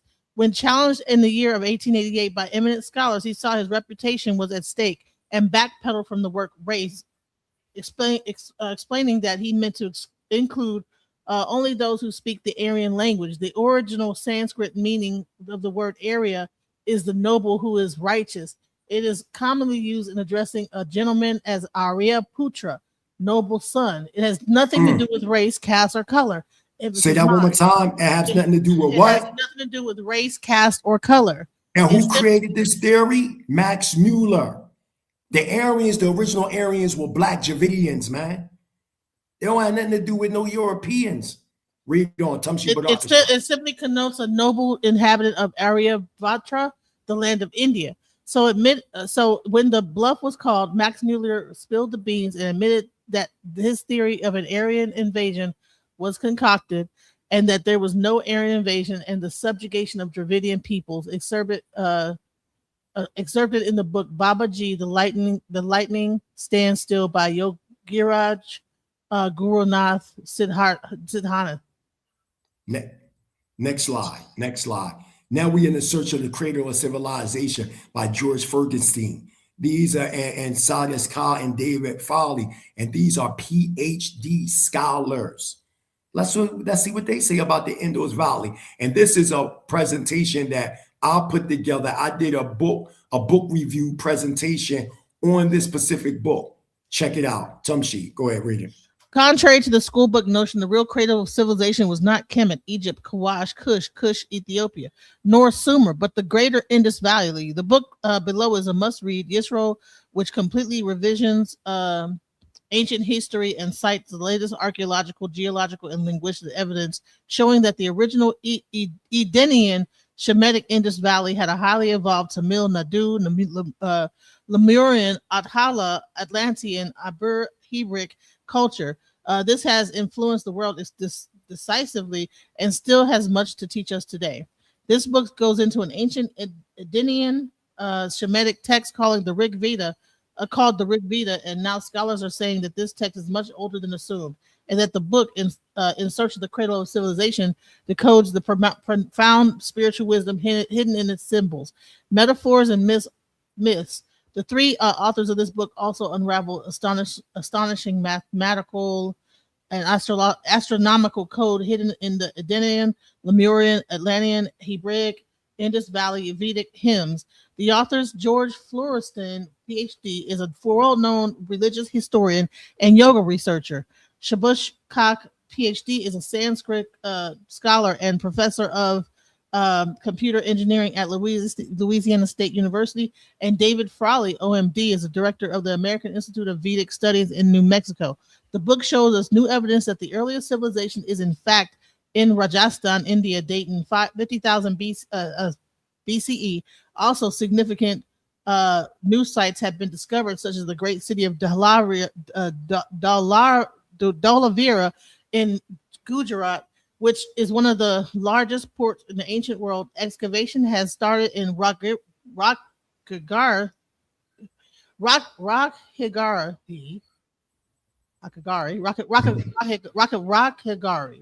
west of Delhi, a city that was much larger than Mohenjo-daro and Harappa, for which the original Hebrews came from. And take note of these words. What a connection! Hebrew, Apiru, Harappa, and historians like Sir Godfrey Higgins have pointed out to us that these names were all derived from the ancient Hebrew Indo-Sanskrit dialect, which means son Ophir. The Easton's Bible Dictionary states that a connection to Sophir was in fact the Coptic name for India. Also, our forefather Josephus connected it with Copan, an Indian river and part of Asia adjoining to it. Antiquities of the Jews 1:6. It was India that created in fact colonized Kemet and Kush, not the other way around. This is why the ancient Indus Valley's dynasties look just like those of the pharaohs of ancient Kemet. The only difference is that the ancient Indus Valley dynasties existed long before the Egyptian dynasties existed. It existed at a time when Kemet was in fact underwater. Hebrews, also known as Yadavas, were a very large tribe that came out of the ancient Indus Valley, and also known as the Harappans. Our ancestors were speaking an ancient Indo-Hebrew dialect called Tamil and Sanskrit, and it should be noticed that Aramaic originated in what we know today as modern Afghanistan and Pakistan, and both you can stop right there. Once part of India. Persia. You can stop right there. Now keep going up to show some sources. We're not going to read all that. All right, there. Now give some of the source material. Give some of the source material. Okay, how deep are the roots of Indian civilization? Archaeology answers. Other source material debunking the Aryan invasion, the Aryan home, Copperville, Siva Kamisrawa. I can't say it. Kakinda Ahandra Pradesh is the writer of that one. Tony Joseph, Early Indians, the story of our ancestors and where we came from. The Rigvedic people, invaders, immigrants, or indigenous, evidence of archaeology and literature by B.B. Lau. Stop. So now look at it. Now we're getting into the ancient artifacts of the wall call. What does it say about the wall call real quick? You don't have to read all that, just the top part. And how old is it? What does it read? No, you just the date of it. It says how old? 30,000 BCE. New archaeological sites of the Gulf of Cambay, India, giving us the information about this civilization going back between 30 to 35,000 BCE. Yes, it's kind of hard for me to read this one, but it says artifact dated in interval 8592 to 9331 BP. I'm not sure what BP means. Go to the next slide. Okay, so ancient artifact. Okay, it says Bimbetka writings and Idakai caves and Karalis Katawaram, a horse, the rider. There's like some pictures and stuff, different things. Right. Like and they showing 35,000 years ago. Some of them is 10,000 years ago. Some of them is 12,000 years ago. Look at the structures. These are black people that built this stuff, man. Y'all keep saying white folks, no. And even the bones that they found. No, here we go. You start from the bottom up and read. And what do we have? We have Hacha, which is pre-Harapparian, which is 9,450 BCE. We teach here at the Mighty Hebrew University that the last flood Noah's flood was 9,564 BCE, and you shoot up to 7,950 BCE, early Haraparian civilization, and then the early mature Haraparian 6,450 BCE to 4,950 BCE, and then the mature Haraparian 2,750 BCE. Come on, man. The earth and its cycles. Well, we can get into that. Yeah, the earth and its cycles. Yup, start right there. So if you go into the book, The Earth and Its Cycles by E.W. Preston, right? It breaks down the chronological history that I'm talking about, Atlantis in the fourth root cycle, and the summary of the main dates and events concerning the Atlantean races. And these were all black people from 5 million BCE to 10,000 BCE. So when you start talking about roughly between 5 million to 4 million BCE, you get the Ramoho race founded in the Ashanti land, also known as West Africa, and they gradually spread it all over what you know as Northwestern Africa. This is why you have Herodotus even talking about the Atlantean people. And then you got the scientific evidence of the late Pleiadian period, right? And then you start talking about 3 million to 2 million BCE. Now we got the Tavaklis that founded and spread it throughout Asia and South America. Then you got 2 million to 1 million BCE, the pre-Toltecs. And what they started to do is they started to spread in populations as Mexico and Peru. We're not talking about Toltecs, but we're talking about pre-Toltecs. Then you get 1 million BCE, the golden age of the pre-Toltecs and their great empire, the Golden Gate. And the Golden Gate would be in South America. Then you get 900,000 BCE, the pre-Toltanian race you can find all throughout Africa through the tongue skulls and different things like that they found. 8,500 BCE is the pre-Shemitic races found amongst even the pre-Toltecs, and you start to see black magic. Now it's rising up, and then you get the first cataclysm, the first flood, breaking the Atlantean or the Patalian continent. And then you get the pre-Akkadian race in 600,000 BCE. You get the pre-Mongolians, and then you see them spreading throughout the Gobi Desert and different other areas. I'm giving the chronology, 400,000 BCE. Now you get these pre-dynastic Kemet that Manatho talk about, roughly around 400,000 BCE, right?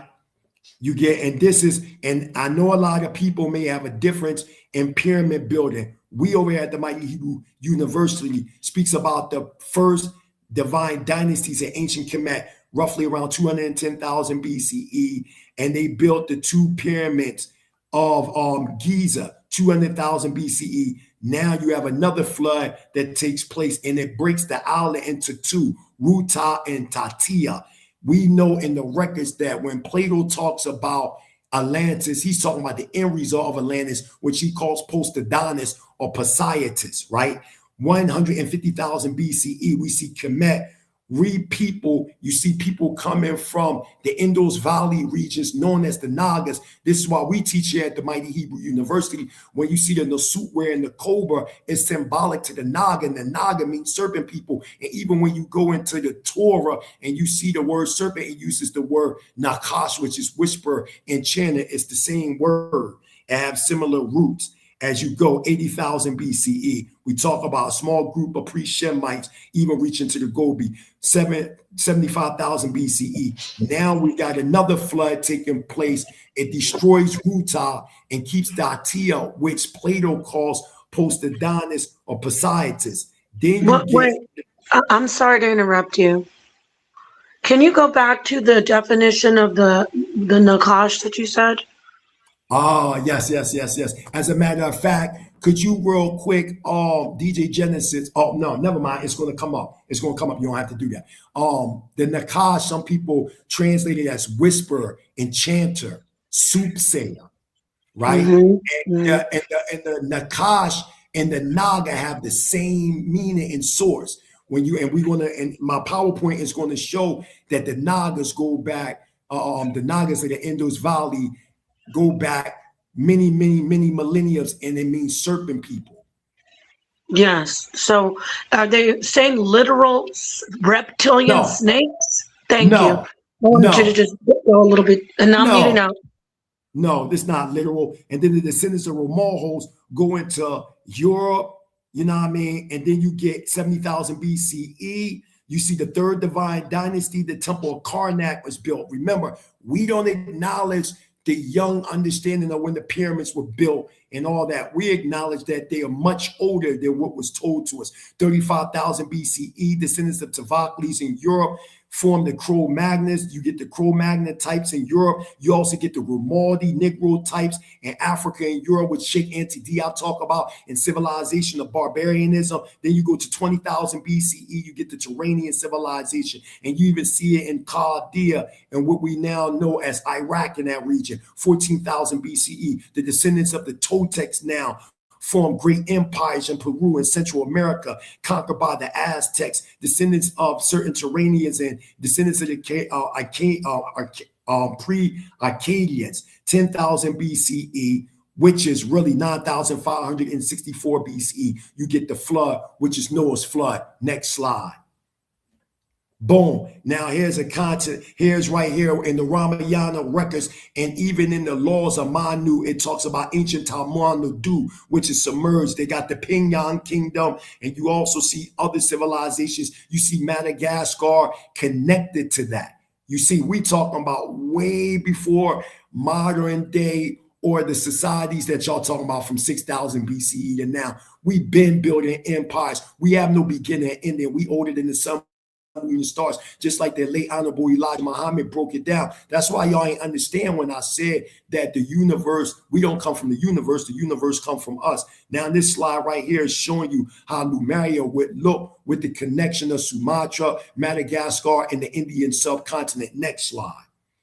The Sumerian civilization originated from the exodus of Lanka, South India. So what I'm saying, when you build in on the Sumerian empire after the flood, roughly around 7,500 BCE, you have what was a war known as the Ramayanian War. These ex-Brahmins migrated from the Indian subcontinent in southern Tamil Nadu, migrated and built the Mesopotamian empires like Sumer. Because remember in the Bible or the Old Testament, in the book of Bereshit, miscalled Genesis chapter 11, we clearly see it says that the whole earth was one. They used the Hebrew word eretz or ratazal, which means ground or land. The whole land was one. You know what I mean? And the people that came from the east, the Hebrew word is Kadim. They came from the Indian subcontinent and they found the plain and developed what is now known as Sinar, which is the Hebrew word for Sumer. Thus, the Sumerians were actually Lincoln refugees of the Ramayanian War. Next slide. Boom. You see some of the strongest empires during this time. So now we in post-Diluvian, pushing up into the 6,000 year BCE reign. You see right here, you see the Tigris and Euphrates Valley. You see the Indus Ganges, and you see the Nile or ancient Kemet. Keep going.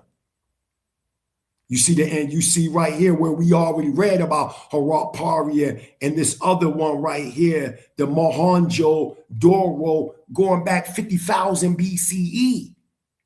50,000 BCE. There it is again. There it is again, right? Now we talk about the Naga, which is Sanskrit serpent, and Hinduism, Buddhism, Jainism, a member of the class of mythological semi-divine beings. And when they say mythological, and I know y'all use that word mythological over here, but y'all been using it wrong. Myth does not mean something that's real. Myth means true story shrouded around esoteric knowledge. That's what it means. Y'all been running around talking about, oh, it's a myth, it's fake, it's fake, it's fake. But that's not what myth mean in the original sense and intent. Y'all ran with that, and anybody, just like when y'all talk about an eponymous ancestor, when y'all say it, y'all say, oh, it's not a real ancestor. That's not what eponymous ancestor mean. And we can, matter of fact, can you do that real quick, DJ Genesis? Can you look up eponymous ancestor? Because a lot of times people in the comments, people come on this show. Eponymous. Natasha Dye, no. She's the speller. Eponymous is spelled EPONYMOUS.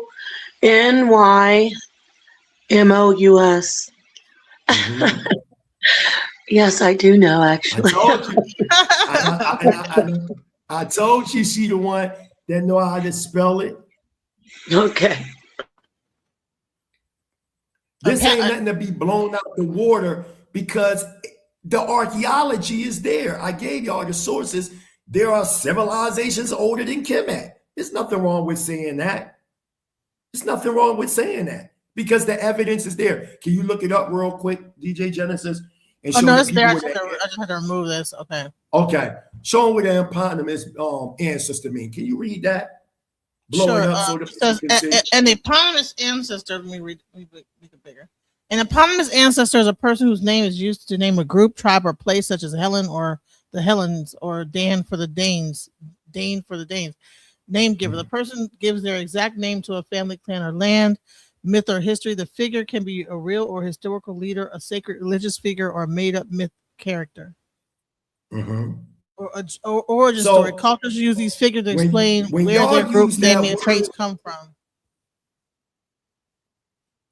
Right. So the whole thing that I'm saying, the way that y'all use it is one-dimensional.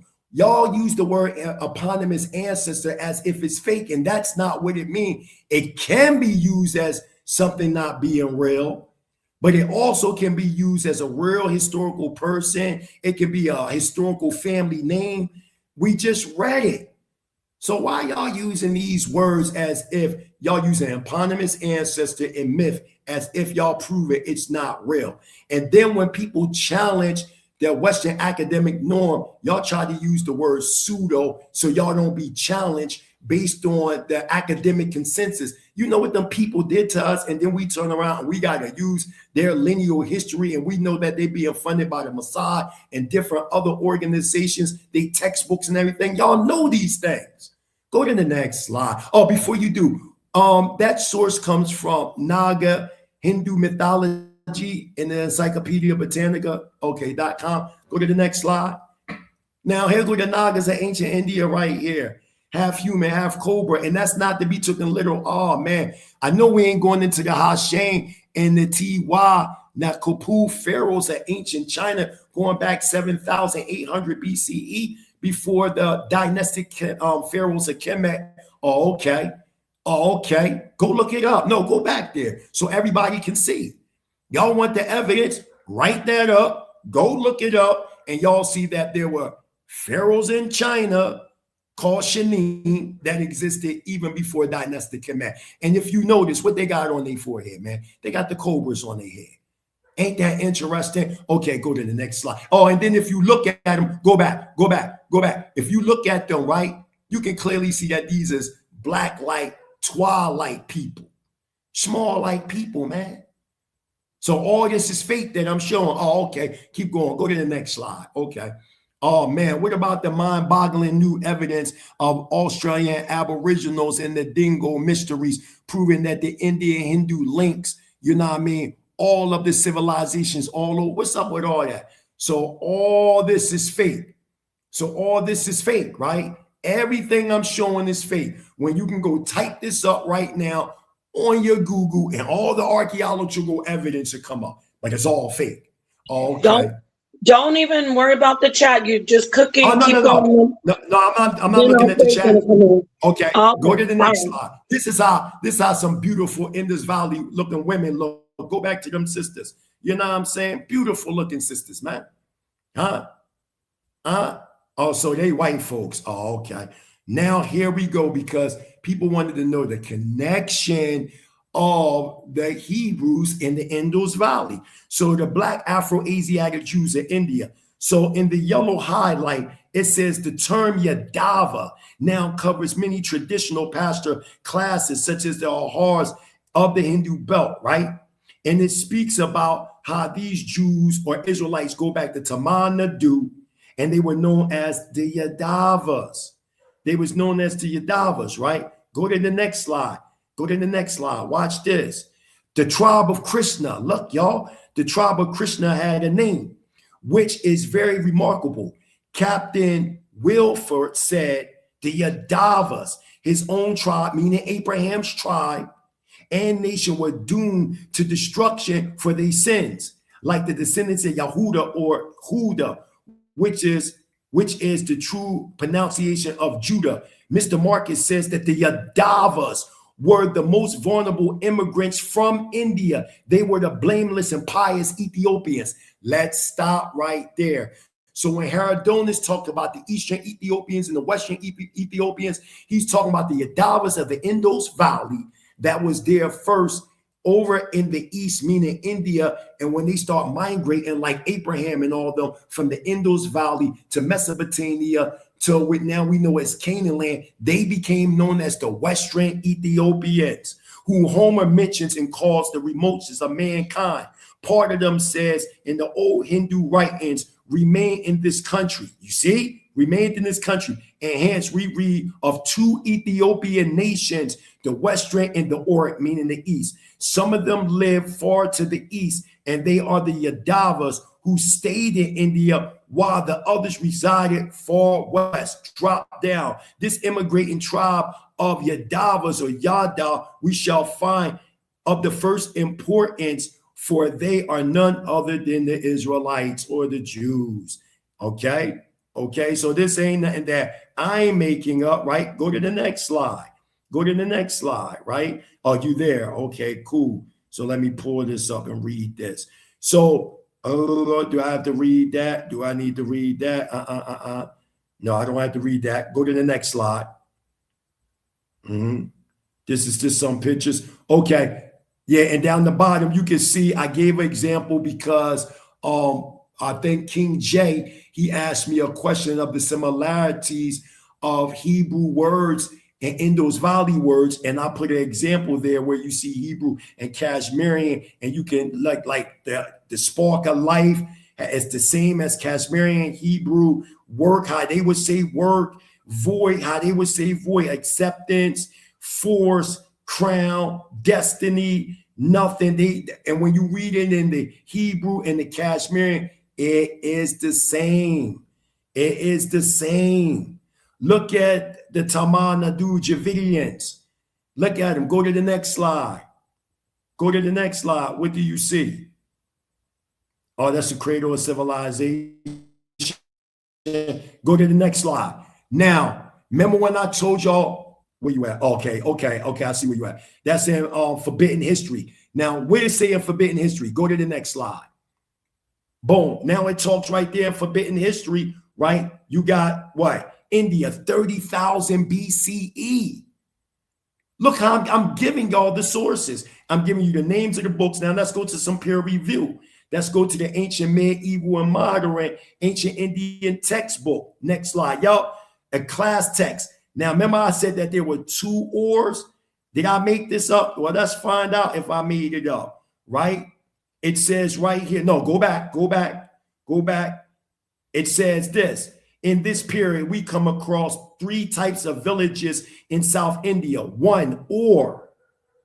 Then you got Sabhav and Magabin. Or was the usual type of village inhabited by present castes who perhaps held their land common in it. And as you keep reading, and it goes down, these villages were mainly found in southern Tamil Nadu. So the Or that I'm talking about that Abraham go back to is the Or of the Indus Valley out of Tamil Nadu, not Or in Mesopotamia. Next slide. Go to black bloodlines. Abraham and the racial profile of the Hebrews, right? And then you go to the next slide. You see the table of contents by Calvin, and that's written by Calvin R. Evans. And what does it say? I need you to read that, DJ Genesis. Can you read that? The table of contents or the chapter? No, that right there. Yup, that right there. Read that. Okay, the tribe of Judah, which is the tribe that Jesus descended from, was a black tribe of Hebrews. Historian Wilson Armistead states quite plainly, the descendants of a colony of Jews originally from Judea settled on the coast of Africa are black. Armistead Wilson, a tribute for the Negro, being a vindication of the moral, intellectual, and religious capabilities of the colored portions of mankind, with the particular reference to the African race, Manchester, London, W. Irwin, 1848, page 66. Judah was the largest Israelite tribe to leave Egypt, which means that the mixed multitude that left with Moses, Judah was the tribe that was most mixed. Judah married two different Canaanite women. Judah has five children between these two women. All of Judah's children were black. What also needs to be taken into consideration is that out of the 12 tribes of the Hebrew that left Egypt, Judah was the largest tribe. There were over 74,000 people in the tribe of Judah. Large numbers of Egyptians left Egypt with the Hebrews during the Exodus, and Judah had the highest population of all the tribes. So it certainly stands to reason that there were large numbers of blacks among the ranks of Judah. Sir Godfrey Higgins quoted Mr. Maurice, the Yadavas were the most venerable immigrants from India. They were the blameless and pious Ethiopians whom Homer mentions and calls the remotest of mankind. Part of them say the old Hindu writers remained in this country, and hence we read of the two Ethiopian natives, the Western and the Oriental. Some of them live far to the east and are the Yadavas who stayed in India while others resided in the West. The fact of part of the tribes yet remaining in existence is one of the pieces of the circumstances of this kind that I ground my system. They surpass all written evidence, for they could not have been forged. This immigrating tribe of Yadu or Yuda, we shall find of the first importance, for they were no other than the Jews. Higgins, Sir Godfrey, Anacalypsis, Volume London, Volume 1, London, 1836, reprinted Brooklyn A&B Books, Publishers, 1992. Next slide. So I'm closing out. So now let's deal with the classical scholars of that time. I mean, y'all talk about sources, right? So let's deal with eyewitness accounts. So in the history of the Jews, we got the Israelite scholar and theologian Flavius Josephus, 37 to 100 CE, wrote that the Greek philosopher Aristotle said that these Israelites are Jews derived from the Indian philosophers, and they are named by the Indians Kahani in Book 122. Interesting. You got Clericus of Salo wrote that the Israelites descended from the philosophers of India. The philosophers are called in India Kalaninians and in Syria Jews. The name of their capital is very difficult to pronounce. It is called Jerusalem. We see Malatheans, right, talk about the Jews were an Indian tribe or sect called Kalani, and Anacalypsis by Godfrey Higgins on volume 1, page 400. Then you can go into Martin Hain, PhD, who wrote in the sacred language writings and religions of the Persians that the Magi are said to have called their religion Kis Ibrahim. They traced their religious books to Abraham, who was believed to have brought them from heaven on page 16. Go to the next slide. We see Vlodary was in the opinion that Abraham descended from some of the numerous Brahmin priests who left India to spread their teachings throughout the world. See, so this ain't something that I'm making up. I'm not making this up. These are actual classical scholars of that time, the times of like Tacitus and all these different people. These were eyewitnesses, and they knew the history of the people. And even when you go into the book of Judith, the 5th chapter, starting at verse 7, it lets you know that the Hebrews came from the Chaldees, and the Chaldees in turn came from the Indus Valley and migrated into Mesopotamia. Next slide. No, stay there. It says right there, Barteria, the region of ancient Afghanistan, was the locality of the prototypical Israelite nation called Yehuda, also called Or Yahuda, or meant place or town. Therefore, the Bible was correct in stating that Abraham came from Or the Chaldeans, meaning the Or the Chaldeans in the Indus Valley.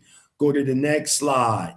We see that the Persians also claim Abraham, for they found that as well as the Israelites. Thus, we see, according to all ancient history, the Persians, all these different people, the Arabians, they talk about that. They talk about all this stuff. Go to the next slide. Go to the next slide. Watch this. Go to the next slide. Okay, next slide. This is a good book to read right here, written from a Nigerian scholar by the name of Andrew Dismakun, if I'm pronouncing his name right. Africa and South America are the descendants of the Atlanteans, and what he does, and you would like this, DJ Genesis, he gets into the Ramorhos and their connection with Ifa. That's why, yeah. And that's why I put that there, because I know that you deep into the Ifa traditions, and he shows that, that the Ramorhos, and their history, they actually practice very similar teachings as the Ifa. Now let's look at the description before we go of these people. Keep going. It's coming up right there. So let's look at the description. It says the Ramorho race came into existence between 4 to 5 million years ago, at which period large portions of the great southern continent of Lemuria still existed, while the continent of Atlantis had not yet assumed the proportions it ultimately attained. It was upon the spear of this Lemurian land that the Ramorho race was born. Roughly, it may be located at latitude 7 north and longitude 5 west, which a reference to any modern atlas will show to lie on the Ashanti coast of today, meaning Ghana, West Africa. It was a hot, moist country where huge antediluvian animals lived in reedy swamps and deep forests. The Ramorho race was a dark race, their complexion being of a sort of mahogany black. Their height at these early days was about 10 to 12 feet. Truly a race of giants. Next slide. I think that's the last. That's it right there. I give all praise and honor to Yahweh, the supreme, intelligent, powerful one of our forefathers, Abraham, Yitzchak, and Yaakov, those striving for righteousness' sake. I say unto the family, Shalom Aleichem. So what I'm basically saying, right, before that you see the continents today, when we go back into our antediluvian history, we were Elohim embodied in human form, and we came on this plane of existence by the way of Merkabah light. We was neither male nor female, but an asexual being that encapsulated positive and negative polarities. And as time went on and we became more densified, coming on the material plane after a certain amount of years, the separation occurred with the Zolal, the feminine principle that came from out of Ha'adam, falsely called a rib, separated and formulated into the masculine and feminine sexes. And as time continued to develop, we born civilizations. When you go to the seventh root epic, which is 100,000 BCE, we started to branch all them civilizations that I showed. I even showed that there are civilizations even older than Kemet that we cannot get across. I've showed you, and not only just the Tanakh, but throughout the annals of history, that people all over the world understood this androgynous idea of positive and negative polarities. It didn't have anything to do with sexes. I showed that the asexual being is clearly esoterically talking about a non-sexual force. And in this retrospect, we talking Adam HaKakma. I showed that the word shalom means completeness. Shalom Aleichem is a Hebrew word that means completeness be unto you. I've continuously showed that I'm not talking about no physical hermaphroditism, transgenderism, none of that. And if any of y'all are dealing with any form of African spiritualities and teaches all African languages, whether if you talking Noahic, Cushitic, Shemitic, all these languages have masculine and feminine names. There's no it, you know what I mean? None of that stuff. It's either masculine or feminine, and that's a fact. So for people to sit back and act like what I'm saying is something far range, that is not true, because even when you go into Africa, you see the same thing that I'm saying, and I'm on the ground, and I've done the anthropological research on many tribes that believe in these same stories that I'm talking about, but it's capsulated within a cultural construct. Hallelujah. Shalom Aleichem. All right, thank you. I think there's some people in the back that's been waiting. Ashay left, but this U.S. Freedom. What he wants to come up. Could you show your camera so we know that you're a real person? U.S. Freedom. Yeah, we need to see you before we bring you up. Thank you. The problem that we have there's a disconnection from the younger generation from the elder generation. And this was a part of the COINTELPRO effect. And I actually bear witness to that because when I was coming up, there was a high respect for elders, like a child stayed in a child's place. You know what I'm saying? When elders was in the building, like when you come to Demona, Israel, when the elder passed, each child gives a bow to the elders. There's a high, even over here where I'm at in Tanzania and throughout Africa, it's a high reverence for elders. We as a people, Black Americans, we have lost our way when it comes to elders. You know, we have no respect. We talk to elders any old type of way. You know what I'm saying? We disrespect them. Here go Elder Sultan right there. I never disrespected that man, not one time. And we may have differences, but he's still my elder. Sultan is one of the brothers who was saying you were teaching transsexualism. So I'm glad he's up here. Yeah, I didn't say. Hey, Nepal, don't put no words in my mouth. No, I didn't say that. I'll tell you what I said, Prince. Yes. What I said was, if you know, I've got to be real frank with you. In my, chain of thought, because I'm an orthodox thinker and I'm very much agnostic, and I do believe that there's a supreme God. But I want to say this to you. In my pondering and in my thinking, in my philosophical thinking, I was thought that before. It's just my personal thinking. I said to myself, and I even presented it to the pastor. I said, well, is it a possibility that, because I don't, subscribe to none of these creation stories, as far as the breaking of the rib and made out the clay, out of the ocean. So I said to myself, could I offered this to the panel some years ago? I said, you think that it could be some sort of hermaphrodite creation story that, because I understand that the supreme being is spirit, it's not male, female spirit. And if you want to go as far as to come into existence with this sort of talk, you got to believe. So I don't believe in things that's not reality to me now. I came up as a Christian, man, all my life. Just found out about Kemet about 7 years ago.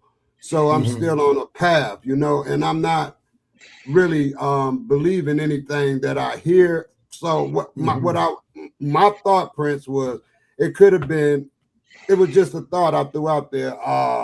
We could have came from like a hermaphrodite. I'm talking about far could have been a man and lady in one. I thought of that, but I never made that an argument or nothing like that. So that's the position that I was figuring that you was coming from. But when you spoke a bit more on it, you saying that you're not making it human. You saying this in reality is spirit that the creation came from. So I kind of understood that as well. So what I do now, Prince, instead of judging people, instead of getting into things, I sit back and I take a more philosophical thought to everything, right? And it's not the European philosophical thought, because I understand. Let me say this after you're done. Let me say, remember when I was saying, are you done, Suntan? Yeah, you go ahead. All right, remember when I was making, when I said I was acting shamefully, and I was pointing out myself earlier in the video that we played Genesis, and you remember I was like, I was tripping. Remember that? Hello, are you muted? No, I'm talking to Genesis and everybody in the panel. And remember when I claimed that I was wrong?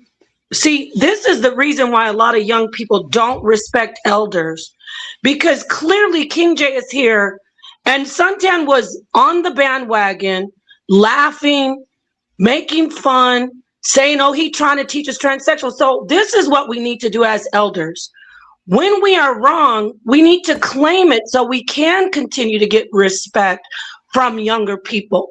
So as I said, I behaved badly, and I said I shouldn't have. And then Ashe said, thank you. I respect that. But when you're an elder and you jump on a panel and you cheer on somebody trying to call somebody bati boy and transsexual, and then when you're in the person's face, you claim you didn't do it, that is why we as elders don't get respect. So there's two sides. So I just want to point that out. Now we can move on. This isn't a back and forth for you, Suntan, but you 100% work on that. Anyway, moving along, Mighty Hebrew. That's what I got a problem with, Nepal. You misrepresenting me, and I don't appreciate that. I didn't make fun of nobody. I'm just letting you know, man to woman. I don't appreciate that. So that's wait, not everybody, my let me have position. it. We're not going to ruin the show. Everybody else know that. I don't make fun of people. I don't do that. I wasn't on no bandwagon because I didn't even know what a bossy boy meant till they told me. So I don't know what you talking about. Okay, I'm gonna go get the clip. We can move forward. King J, you want the clip? I'll get the clip. No, you can't skip me. I appreciate that. That's okay, moving along. I just want to add something to Elder Sultan real quick, because he was saying about, his 7 year. Much respect, Elder. Nepal Shaddai handled that, so I don't have to deal with that. But you say you deal with ancient Kemet. Are you familiar with the Neteru and the Netus? I don't even deal with ancient Kemet. What I found out, Prince, and you can understand my chain of thought. When I was a Christian for so many years, I'm going to go through this quick. I found out that it was a civilization before monotheism. I didn't know that. I found this out 7 years ago. All right? Okay. So that's what brought me over to Kemet, learning, doing my chronology, man. I said, well, I'm gonna go to here and look into Kemet as well, because I said, I knew nothing about Kemet. I'm 60. Now the reason why I asked you, Elder, is because when you understand, there's a guy by the name of Asprey. He wrote books like Asarian Resurrection, Egyptian Yoga. You can go get a book by a man by Nefar Ra. He wrote Medu Netta Volume 1 and 2, The Tree of Life System.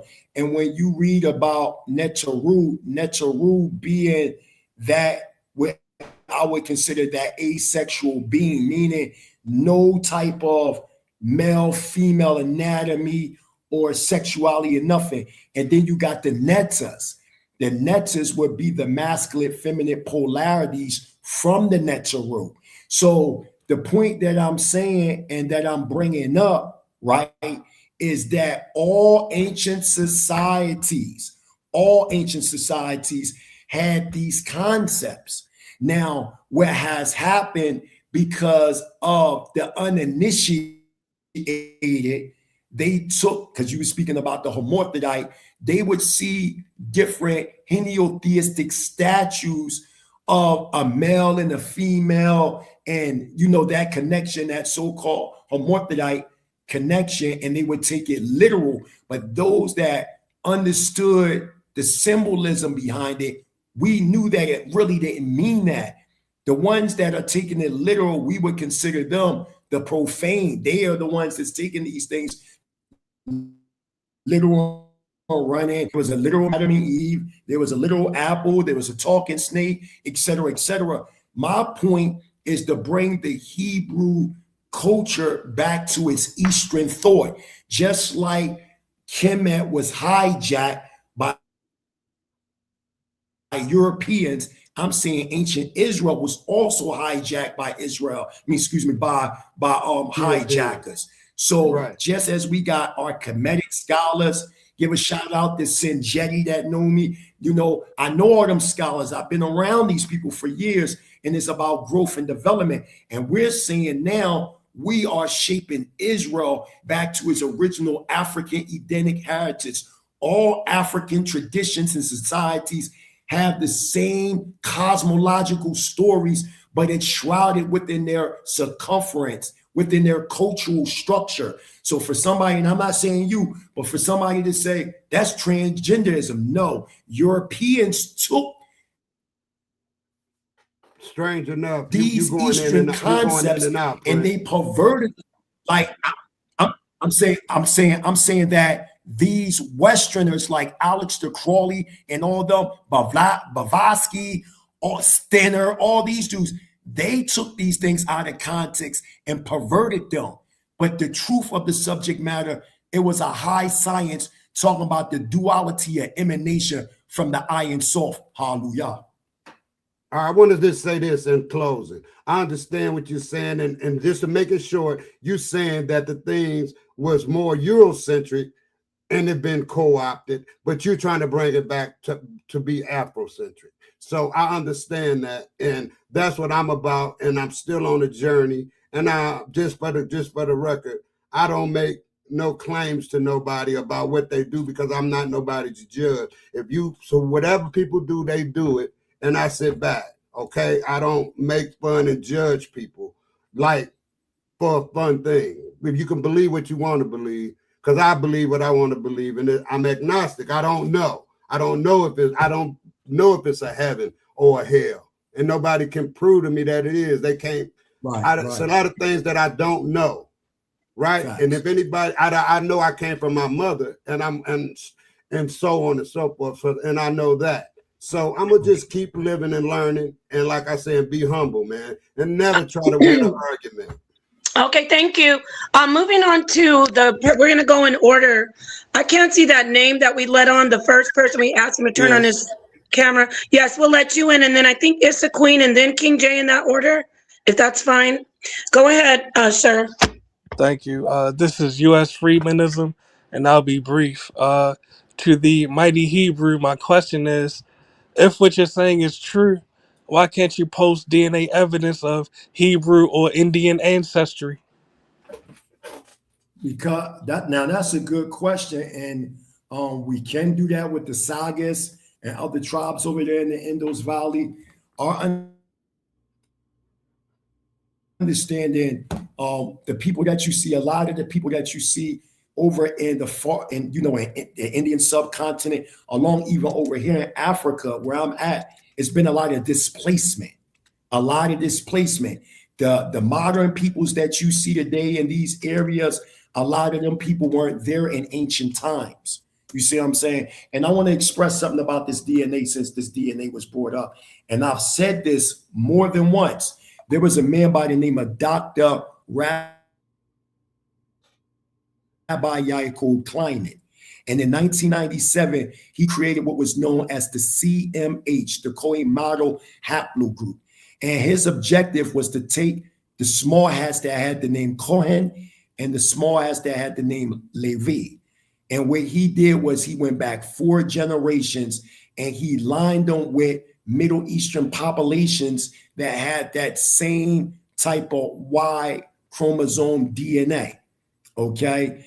And what they did was they aligned and came up with what's known as J1, J2 haplogroups and haplotypes. And when you look at the study, they never took no blood samples from any ancient Israelites. All they did was went back to 4 generations. That's all they did.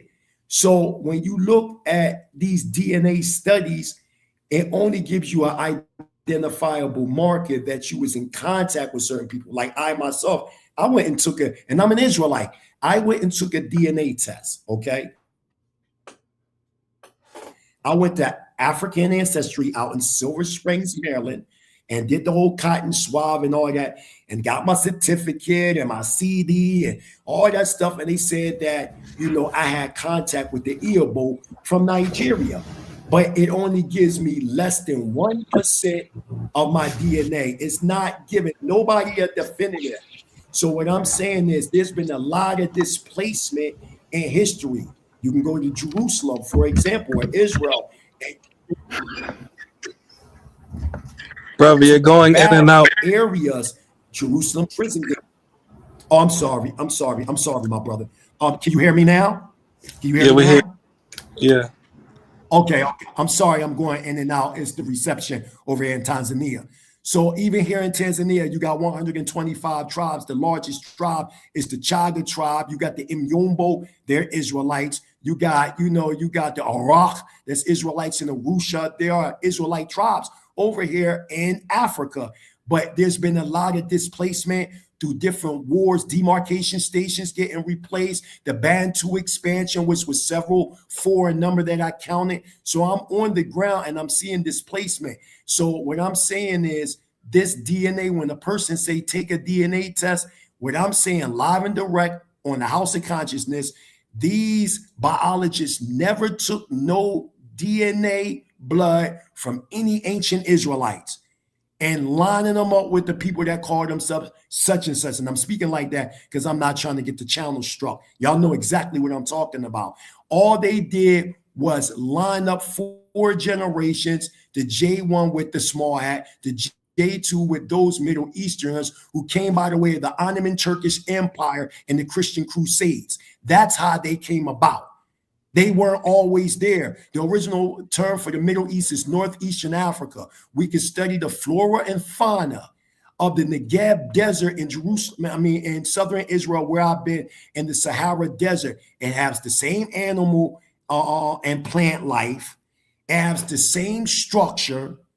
It's Northeastern Africa. The term Middle East came through the British. That was a geopolitical term. That is not the original name of that region. Brother, allow me to say one sentence and pass the mic. Because you already admitted that your DNA test traced you to the Igbo of Nigeria. So when you say that you have Hebrew ancestry and Indian ancestry, you're speculating without any genetic evidence. I never said I had Indian. So let's make it clear. You can't. I see, bro.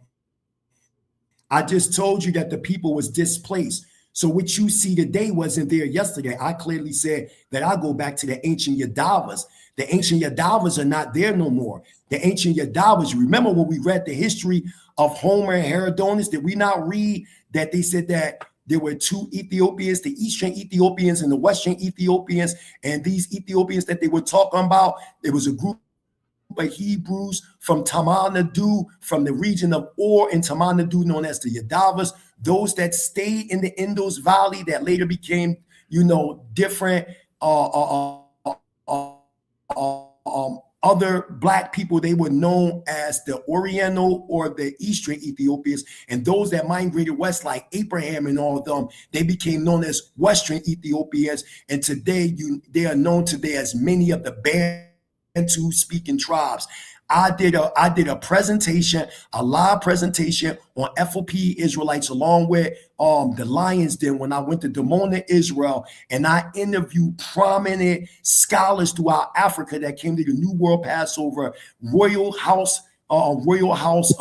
families from Ghana, amongst the Ashanti, the Akan, the Iwi, the Fanti, that was there. You can go right now on FOPE Israelites and type of Mighty Hebrew and Israelite family, and they come up, and they was breaking down how they migrated into these different regions of Central Africa, Eastern Africa, and Western Africa. So just like I said, I am not looking for a DNA of modern people. I am looking at the social construct, the conditions of the people through a social anthropological research on the ground.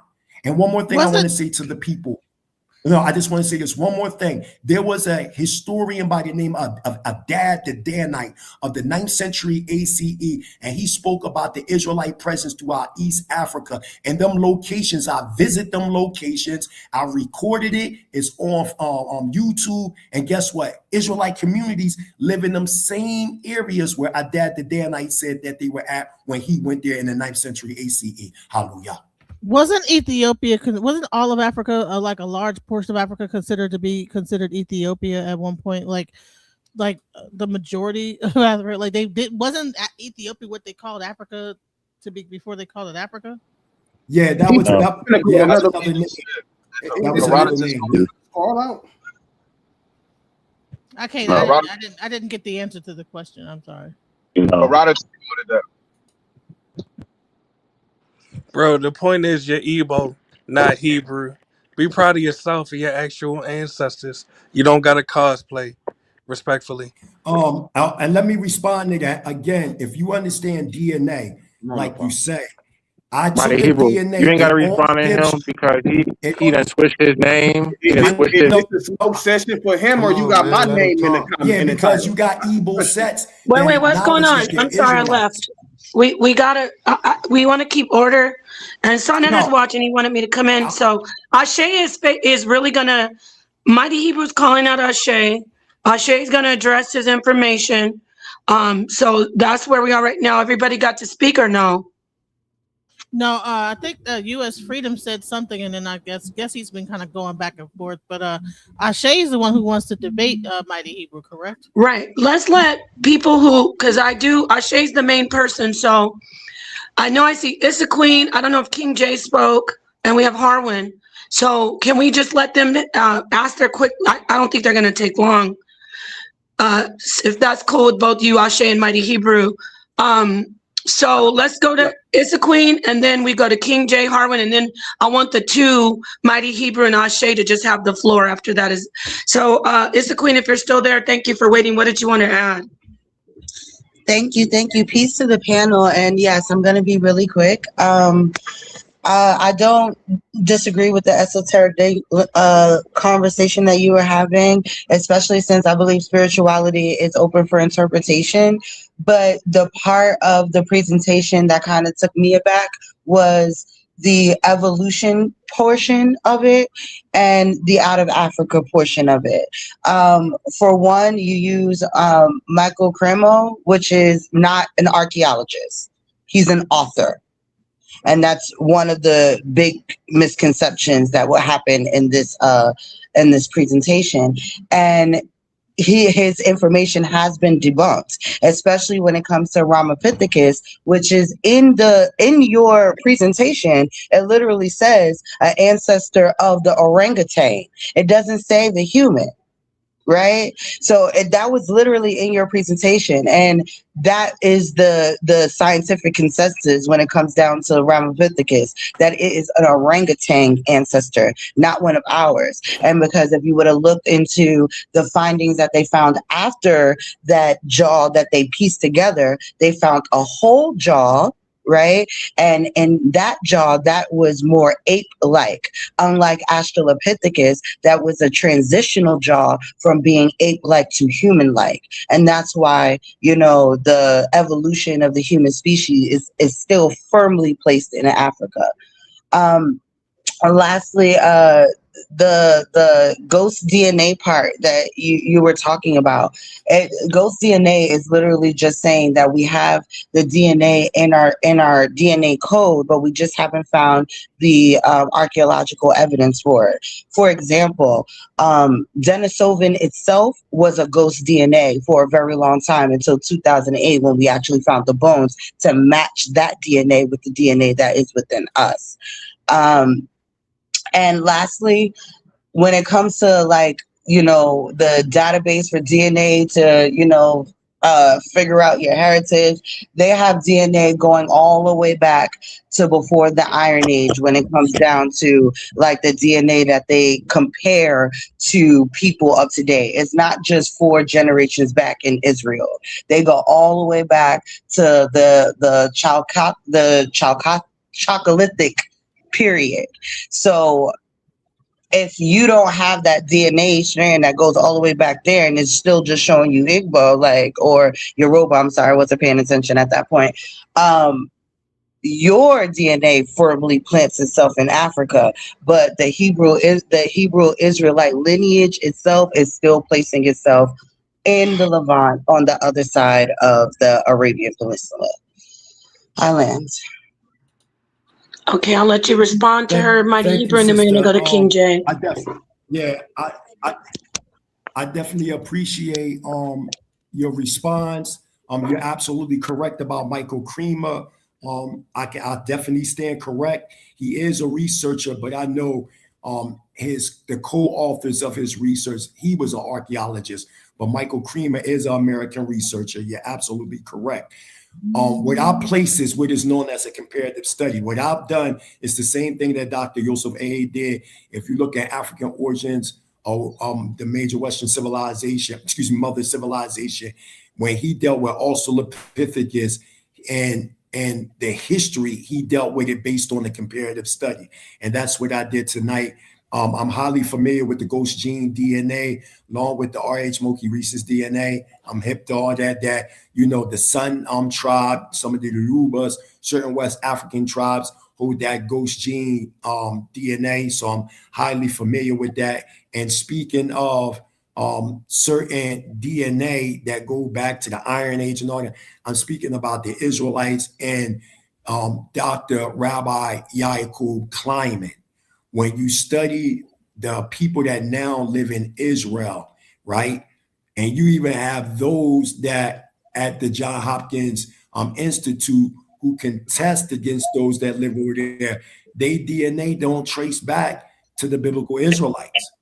It just doesn't. You know what I'm saying? Even their own scholars and their own professors and their own people are actually saying these things. And when you speak about the Levant, I'm saying that the Levant is northeastern Africa. Now, you might want to say, oh, this is the Middle East. And then I'll say, well, where's the Middle North, the Middle South, the Middle West? And who gave it that term, the Middle East? And what was the reason for giving it that name, which we know come from the British? You see what I'm saying? Prior to that, and the excavation of the Suez Canal, Israel was landlocked with the rest of the continent. Let me ask you a question, sister. Have you ever been to Israel? No, but geography shows me that the Arabian Peninsula is a natural border between those two spaces. Yes. So yes, when it comes down to like how evolution works, they are evolving in different spaces, just like in Africa where you have like different mountain ranges and tropical rainforests and all of those things that separate different tribes that, kind of shift and change their DNA within Africa. That happens outside of it too. Yes, ma'am. Sorry. Well, Mighty Hebrew, I want to ask you a question just to move this along. Yes. Can we confuse geography with cartography when we're talking about this conversation? Yes, we can. Thank you. Go ahead. Yes, we can. The reason why I'm saying this, because we know that Europeans created certain demarcation stations to control the element. Do you know, my sister, when the term the Middle East came into existence, that term? Are you there, my beloved sister? Yes, I'm here. And no, not exactly. Okay, so you don't know the name it was called before the Middle East, correct? I'm pretty sure it had many names over the time period that we're talking about. Because it was known to the people as Northeastern Africa before the Middle East. You do know that, right? Because it sits directly on the African tectonic plate. And when we look at the flora and fauna of the Negev Desert in southern Israel, and in Dimona, where I stay at, because I stay here in Tanzania, along with Dimona, Israel, when you look at the animal and plant life, my beloved sister, it's the same thing. Even when you look at the indigenous populations in Israel, like the Afro-Palestinians, you go to the Ishmaelite tribes with Sheikh Ahmed and all of them, and the Black Bedouins, they say, and they even have rights to the land, that they've been there thousands of years before any European powers even came in. And that's a historical fact. Do you want to address the comment also that is on the screen? That's correct. It says it sits on the TikTok. Yeah, it says it sits on the tectonic plates of Africa, which is absolutely correct. But it doesn't, though. It doesn't. And if you Google it doesn't. We're going to move on to King J. I'm going to let Issa Queen have her last statement. But this is definitely a conversation that you can have with Mighty Hebrew if you'd like, Issa Queen. I would love to have you both come in and do this.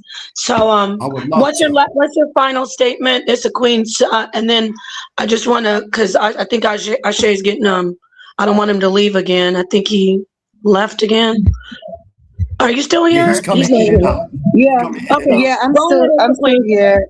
I just wanted to show this right quick. It says, yes, the majority of Israel lies on the African plate, specifically the Sinai subplates. Yeah, it does. So just, yep, that's what I said. The subplate. The country straddles a major geological boundary. The eastern part of Israel and the Jordan Valley sits on the Arabian plate. So, yeah, that's a geographical fact. Yep. Yeah, we can't confuse cartography with geography. Doesn't make it African though. Let me let her finish because she has a final statement. The sister, it's a queen, and then King J, we're gonna go to you, and you can. Sounds like you want to come in and talk about that as well. It's a queen. What would you like to say? Your final point. Yeah, so I'm not confusing the two. So what I'm saying about the Arabian Peninsula is that once you get outside of Africa, because I don't consider that area Africa, and I understand that parts of Israel absolutely can sit on the African plate. That's debatable, but at the same time, it also sits on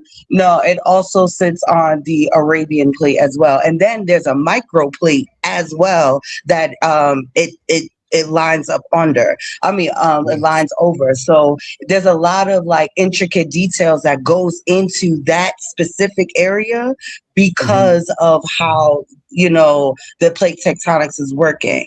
I don't consider it, but that's my personal thing. So I could take full credibility for that. But lastly, when I was saying about the DNA and the Arabian Peninsula separating two groups of people, we know in evolution that when you have something blocking two groups from being able to breed openly, right? It creates a separation and it creates different DNA types. And that's why I'll be saying that it's kind of different, especially when you start going further and further into, these areas, especially since a lot of those people before it became Israel absolutely, mixed in with other archaic human beings, as we read earlier. So it does make them a little bit different. That's all I was saying. I landed. Thank you. Oh, one day you get a chance, sister, maybe you can come visit our community in Dimona, Israel, and go through our sacred visitation tour where we show you the indigenous Black populations, and they look just like your Black Americans next door. Okay, thank you so much. Go ahead. Ashe is saying that he don't want to come up because he's going last. I'm trying to explain to him, no, this is his commentary. You're supposed to be setting up a debate. So you got to come up here. Yeah, I'm sorry, Genesis. Ashe, we wanted to get the people like It's a Queen and everybody who hit the panel, let them ask their questions, and then you are just going to be the primary person up here with him. So if you just have a little more patience, we appreciate it because, he went through his presentation. You have your points. We do want to hear from you. Definitely. So it's not about you, save the best for last. You get what I'm saying? So I appreciate you if you do come back. Let's get to King J and Harwin. Let's keep in mind the time and, as far as what's going on with Ashe. But thank you for your patience. Go ahead, King J. Well, peace to the panel, peace to the chat. I would just forego my little turn in order to get Ashe to jump back on, and he can have my turn because I feel like he should be here to address, Mighty Hebrew man to man. He did make some claims in regards to, the presentation that the Mighty Hebrew presented, and I think that he kind of cleared it up in regards to, the androgynous nature, in regards to spirits not having genders and things of that nature, in regards to the Bati Boy doctrine that, he claimed that the Mighty Hebrew would have, So I think he should just come on up and then y'all could go. I don't got nothing to say. I'm just here to. Yeah, hey, I'm with King J. I'll forego what I have to say if Ashe come back. Okay. All right, guys. Okay, so While you go, Harwin, get your question in until Ashay comes back. Oh, he's here. All right, Harwin. So go ahead. Go ahead, Ashay. Y'all got it. First of all, I'm gonna start off with my aunt crying. With my aunt crying, I'm gonna cry like Ankh and say y'all don't do Ankh like that. If it was an Ankh call out, Ankh would have went first. That's the only reason I'm like this. I feel like I should have went first. I should have a direct response. I don't want to even seem like I'm regurgitating everybody's stuff. I shouldn't go last. Me and him should have this back and forth, and then everybody comment off that back and forth. You know what I'm saying? So I had mad notes for you because it was, to be real talk, it was like Madam Blavatsky and Dr. York had a child. So first of all, we starting off like this. I'm sharing screen because I want to address the craziness that happened off top. Yes, on the show that y'all. Let's go to the first little thing that y'all showed, which was the Luca thing, right? This is Luca, right? Let's get that down. What y'all got up here? What y'all got up here? Who got their screen shared? Genesis, is that your screen?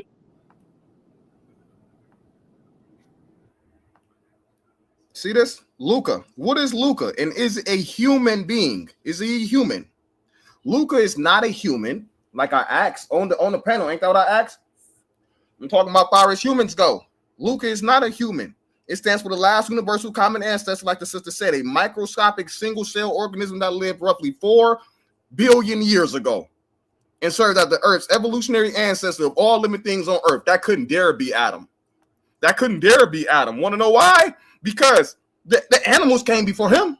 The plants came before him. He came last. So when that man got there talking about, according to the first beings, the first humans were asexual, that was not true. You will not find an asexual human being. That's made up. Craziness. Keep on going. More notes. What else did you say? The Israelites would have had even knowledge of Luca back in the day. How would they have been able to measure and analyze cells to even be referring to such a thing? Not right that's now. part of the scammery. That's part of the scammery to me. All right, baby, bye. So let's keep on going. Right? So in according to the video, if you watch the video, Nepal herself even said that your presentation was theosophical. Now, since we had do you mind, Sister Genesis, do you mind doing something for me? Because you was looking up a lot of stuff while the brother was on. Do you mind looking up something for me? Sure. Would you do you mind looking up who coined root race theory? And can you share your screen for the family?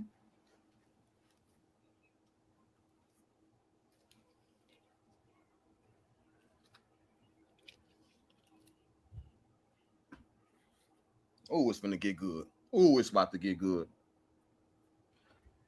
Okay, root race theory was coined by Helena. Can you guys see my screen? Oh my God. I'm sorry. Helena Petrova Blavatsky, a co-founder of the Theosophical Society, she detailed the concept in her 1888 book, The Secret Doctrine. Theosophical root races: first race, Polarian, ethereal, non-physical beings. Second race, Hyperborean, lived Hyperborean, Lemurian, like he was referencing within his presentation. Lemurian, Hyperborean. Yeah, lived on the lost northern land. Third race, Lemurian, associated with the lost continent of Lemuria. Fourth race, Atlantean, linked to the myth of Atlantis. Fifth race, Aryan, our current stage of human development. So we see right here, he was using that term root race the entire time. Can you take that down? Thank you, sister. I really appreciate that. And his own presentation, the root race. He even showed a book that said the root race. You show your screen again. I mean, pull your screen up again. Mighty Hebrew, show him the book again. The root race book. Show him. Show him how you up here regurgitating European doctrine as well. While you up here talking about westernized civ and all of this, you are up here yourself dealing with the root race. We talk about root these races right there and sub races. That was one of them. You even had a book on it. So, there you go. The Lemurian, the Atlantean. I'm just letting you cook, and when you done, then I appreciate it. I really appreciate it. I think that's very genuine of you. I thank you for that. You know, I'm not trying to be long. I'm gonna just run it real quick. So we go bring that down, brother. I really appreciate that, right? So it's funny because I had a presentation coming up myself where I go in on HP Blavatsky and her work. You showed this right here on the right, the same joint, the polar race, Hyperborean race. But what kind of like scared me was the way that you tried to change it and the way that you flipped it and to fit your own narrative. And you got to add all of these other things on it. So that was crazy. So you hit us with this. So we got the whole theosophical root race theory, and we know it was coined by Helena P. Blavatsky. So we know that that's what you're dealing with, right? Then you hit us with the ethereal being package, which is more like on the lines of Dr. York. Harwin, you study with the Nuwapians, so you know what I mean. Because I study with the Nuwapians as well. So we already know that this is dealing with that. He's dealing with that. He's in that realm of these ethereal beings. Then it was getting even worse because we got to talking about the Sanskrit and how the word man, you even said like the word man derives from the Sanskrit word manu. That will be impossible. That would be impossible. Why is that impossible, Ashe? Because we didn't even start translating the Sanskrit into the English until about, predominantly, far as like cross-contextualized to the point we're doing things like this into the late 1800s. So for you to believe that the word man appeared around that time because they got it from that would be insane. That don't work. You did something with the orangutan thing that was even more crazier. You said because they put what was the name? Rama within the name that mean that it has some type of relation. That can't be true. Tyrannosaurus Rex, the Rex in Tyrannosaurus Rex means king. Does that mean that the T-Rex got a royal bloodline, regalia, you got a crown? No, that's not what that means. The Nile River was named after the Greek spirit deity Nilos. Does that mean that Nilos is inhabited? No, that's not what that means. So let's not jump the pseudo route. Let's not jump that. Then you said also that you were saying that the Indus Kush. Let me share my screen again. I'll share my screen again. Because everything you're saying, I'm just looking up. And what we want to do is we want to avoid being crazy when we come out here like this. So let's go to the Indus Kush, the Indus civilization.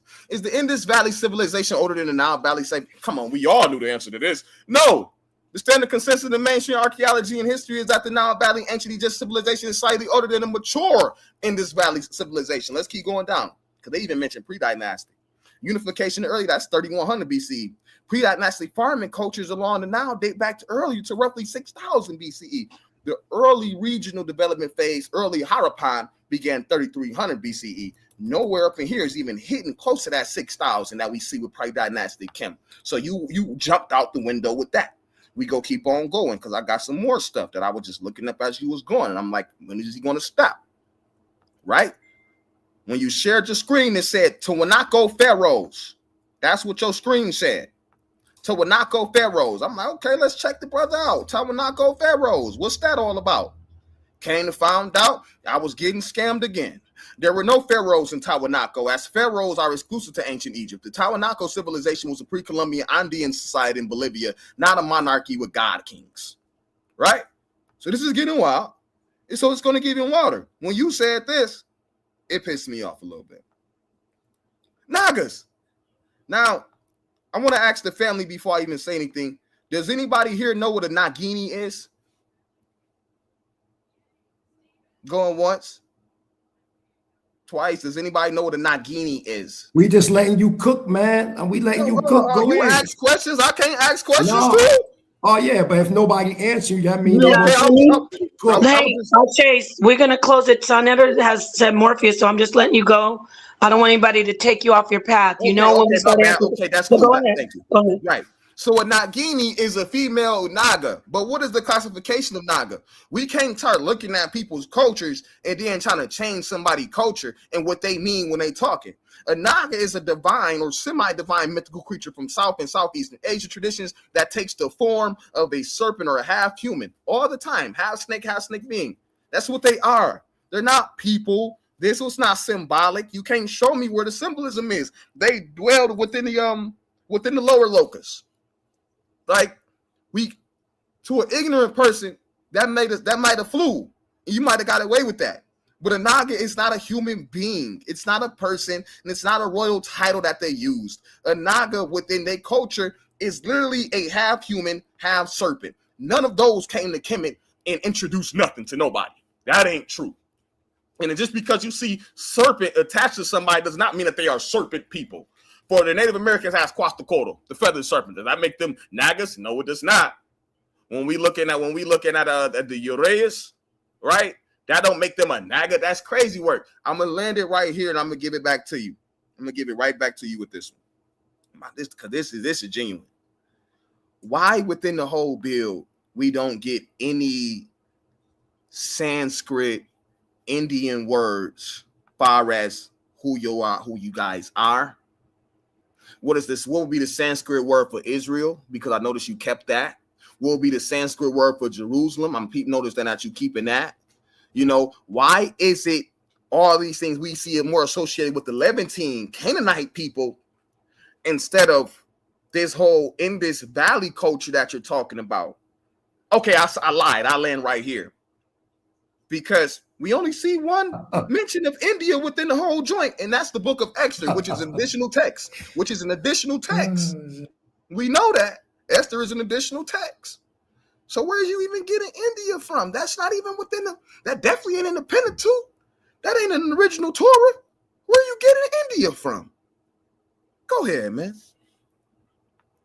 You done? You done? I'm done. Okay, yo, let's go from the back to the front. So you were speaking about the book of Esther. If you go and get the Dead Sea Scrolls, the book of Esther is there. That's number one. Number two, I've subscribed to the Tanakh. So we're talking about from Bereshit to the Chronicles, which we know you got the Torah, the prophets, and the writings. So when you throw something out there, like, y'all got to really listen to people. Yeah, you throw out there Esther wasn't a part of the Pentateuch, which Pentateuch is a Greek word that means five. You really mean to say the Torah, okay? No, none of the writings of the what you know as Joshua, Chronicles, Kings is a part of the Torah Constitution, but it's a part of our history. And what I'm saying to you is when you make a statement like Esther wasn't a part of the Pentateuch, correct, but it was a part of the Tanakh canon. And if it wasn't, you got to show and prove that. You can't just throw something out there and think it's not going to be challenged. Real quick, DJ Genesis, I sent to you an article from the Times of India, Indus Valley Civilization, 8,000 years old, could be much older than the first Egyptian pharaohs. See, the thing with you, that's not cooking, man. You can't just go on there, Google something real fast, and that's that. No, you never, everything you did, you said something that you read, you ain't give us some source material, you ain't do anything. See, I catch these things very easy, man. You know what I'm saying? So real quick, DJ Genesis, let's build this thing up. I'm gonna show you how to do with source material, man. You're not gonna come up here and just type up something real quick and say something and then that's it, we run with that. Can you read that real quick, real fast? And then you didn't even get to all the other old civilizations that I spoke about that's older than Kemet. What about the pre-Haraparian civilization known as Hopra, going back to 9,600 BCE? You didn't touch on any of the civilizations that were brought up, the archaeological research. So can you read this to the people real quick? Because one thing about me is, and like the brother said, that was a good catch. You know what I mean? Y'all ain't catch it. He just throwing all this stuff and ain't giving no source. No source. She could have brought up Jericho too. That coming to me like that. Okay, let's get it. Jericho dates about 9,000 BC. We wrapping it up. Okay, read this. No, we're not wrapping. I'm saying, listen, we're on a time constraint, but I just want to say, keep it in mind that we got a show coming up. But keep cooking. I want you guys to keep going back and forth. This is great. So Go ahead. And this is only a treat. This will never happen again. This is only a treat. Next time the brother want to talk, he can talk to some of the brothers his age. You know what I'm saying? But let's deal with this. Read the top real quick, DJ Genesis, and let's read. This is how you deal with primary sources, man. You don't just come up here and just say something and go run and talk about. And I'm going to get with that Blavatsky thing. You really think that Blavatsky found the 7 root races? No, she did not. It's just being pointed to her. She found it as it pertained to Western theosophy.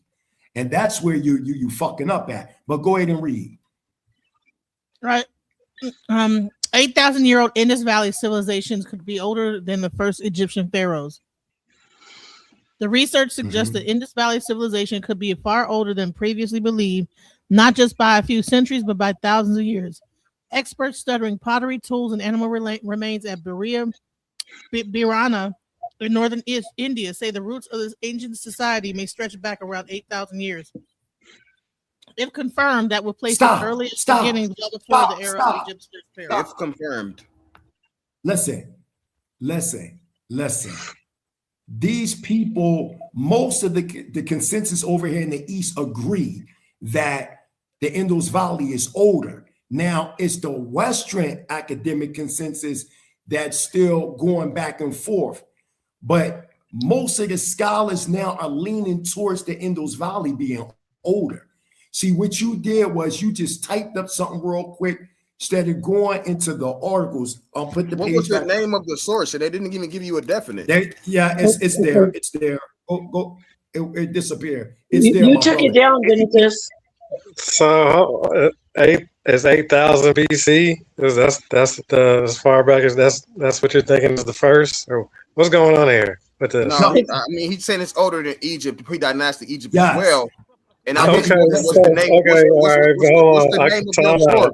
Hold on, wait, bro. Wait, hold on 1 second, brother, because you. First of all, I didn't cut you off. He needs to get it all out, and then it's you and him. So let him get it all out, Shay, please. Young brother, you had your chance to shine, and I let you shine, and you just pulled up some stuff you Google real quick, and you ain't get no sources, none of that. You can't clean it up now. Go ahead, finish on, my sister. It's giving you the sources right there. Come on, I'm gonna get some more. Keep going. I'm listening. All right, so for decades, school textbooks has placed the great civilization of ancient world in an order from first Mesopotamia, then Egypt with its pyramids and pharaohs, and alongside them the Indus Valley civilization. This timeline study may now be shifting, as the research suggests, prompting historians to reconsider how interconnected and advanced early societies may truly have been, and what that implies about the spread of technology and culture and governance. So are we trying to find out the source of like? You want to finish? Go back up to Indus Valley. Okay. You want to on that, right there. Okay. The Indus Valley civilization, also known as Harappan civilization, flourished roughly between 2600 and 1900 BC. At its height, it covered vast areas, which is now Pakistan and northwest India. It has long been recognized as one of the world's earliest urban cultures. Fresh carbon dating at Birana, however, is publishing that timeline further back. Researchers from the Archaeological Survey of India and collaborating institutions analyzed pottery, fragments, and animal bones from deep settlement layers. Radiocarbon results suggest occupation dating back nearly 9,000 years before present. The findings published in scientific reports, I'm not sure if this is the report or not, indicate that organized communities in the region may have formed.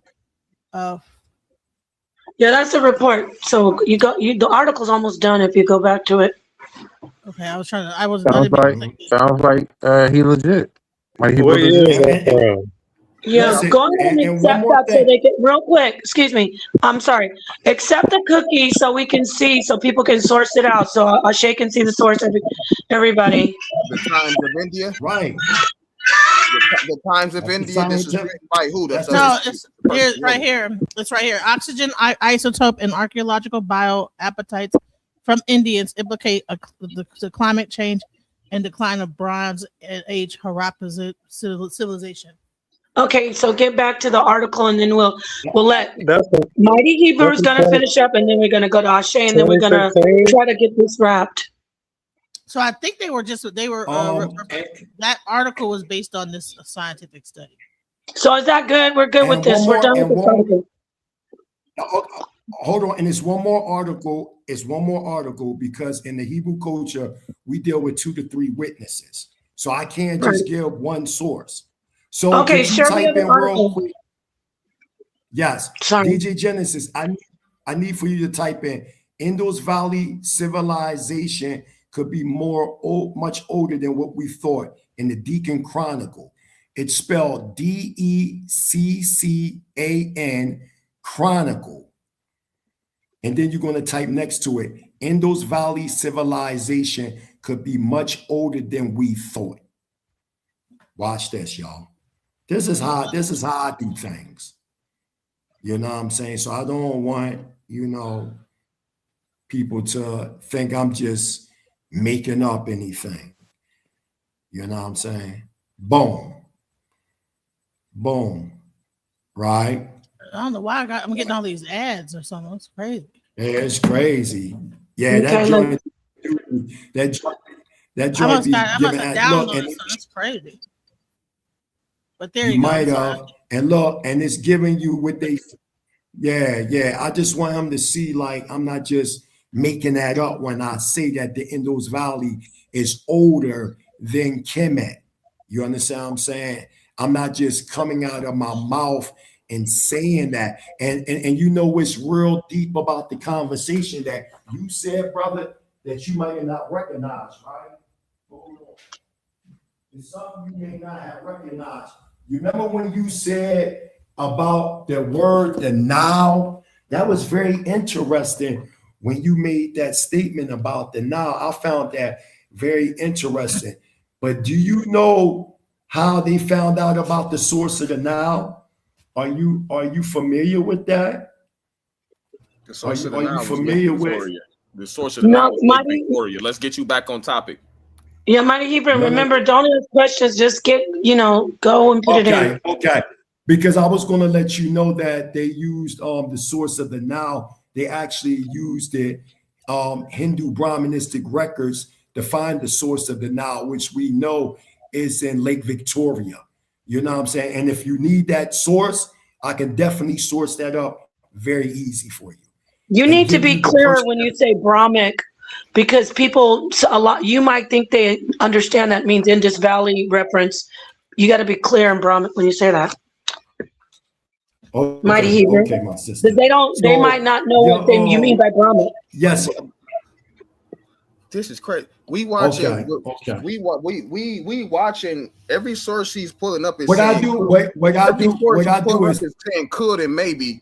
Then he turned it around and put an absolute on it. And when you finish, that's crazy. Let me know. Like that's 4K scamming. Everything he's saying, King J talking about, he's pretty legit. That's wild as hell. And if I was up here talking about could and maybe, come on, bro, stop doing that. What part do you dispute? What part do you dispute? The entire claim. It's not a solid claim. It's not a concrete claim. I mean, it's not concrete evidence. Okay, did you look at the paper? Did you look at the paper with the? Yes, and you read it already? Yeah, I didn't even read it several times. Every single title said what? The Indus Valley could be. Why is not one statement saying what he's saying is speaking in the absolute? That's my why. So your source don't match what's coming out of your mouth. I won't show y'all something that say something could be something and then tell you that it is. Right. Right. You notice I never interrupted you. You notice that? But I wanted to school you on a little something. I got this book here called India Once Ruled the Americas by Glenn D. Matlock. Y'all can put my screen up real quick. Can y'all put the screen up real quick so everybody can see? Yeah, you mean in big screen? I just want to school you on something real quick. You see that right there? You see this book right here? All right, by Glenn D. Matlock. And I'm on page 2 real quick. I got an outline. I want to share something with you real quick, right? Because you brought up the now. Listen to this real quick. In the essay entitled On Egypt from the Ancient Book of the Hindus. No, it's fine. It's fine. I just wanted y'all to see the book. I wanted y'all to see the book, but I'm reading from out the book. I keep my screen up so y'all can see that I'm reading from out the book, okay? All right.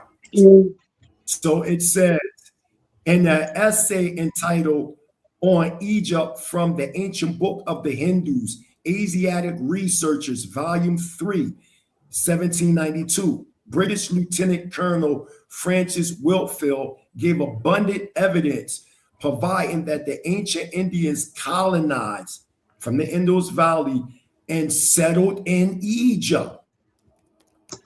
The British explorer John Hanning Speke, who in 1862 discovered the source of the Nile in Lake Victoria, acknowledged that the Egyptians themselves didn't have the slightest knowledge of where the Nile source was. However, Lieutenant Colonel Winfield's description of the Hindus' acquaintances with ancient Egypt led Speke to Robin Falls and the edge of Lake Victoria. I just wanted to let you know that. But continue to cook, brother. And when you finish, and when you fully finish, then I can say what I need to say. Okay, before you go, Ashe, this is your closeout. Yep. Getting from the above to wrap it up, and then you do your full closeout, no interruption, and then Mighty Hebrew closeout, no interruption, and then we got to shut it down. So take him off the big screen, please. Genesis, would you take Mighty Hebrew down so we can see everybody? Thank you. All right, Ashe.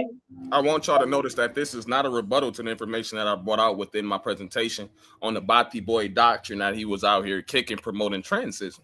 That's this whole gimmick that he just showed y'all with the Indian, the language. Talk about those asexual beings that you said God created in the beginning, brother. That's the issue at hand. That's what's going on. This root race doctrine, all of this Dr. Yorick, Madame Blavatsky, that's the issue. You up here talking about the Hebrews was Indians and Indians older than Kemet. So what? What does that have to do with your scriptures? What does that have to do with these ridiculous claims that you're making, bro? That's what I'm saying. And then what evidence do you have behind that itself? Now, can you go to any type of early hominid and show this hominid right here? This will be Adam or some of his descendants because they were asexual. Where's you getting that from? You kicking Jewish mysticism, bro. You know you doing it. And it's sad you're doing it.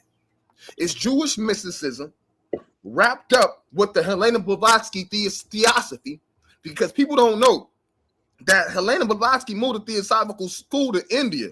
So that's when she started kicking and making India just like he's making the central space of spirituality. This is what she said. She met the Mahatmas and all of this stuff that they was over in India.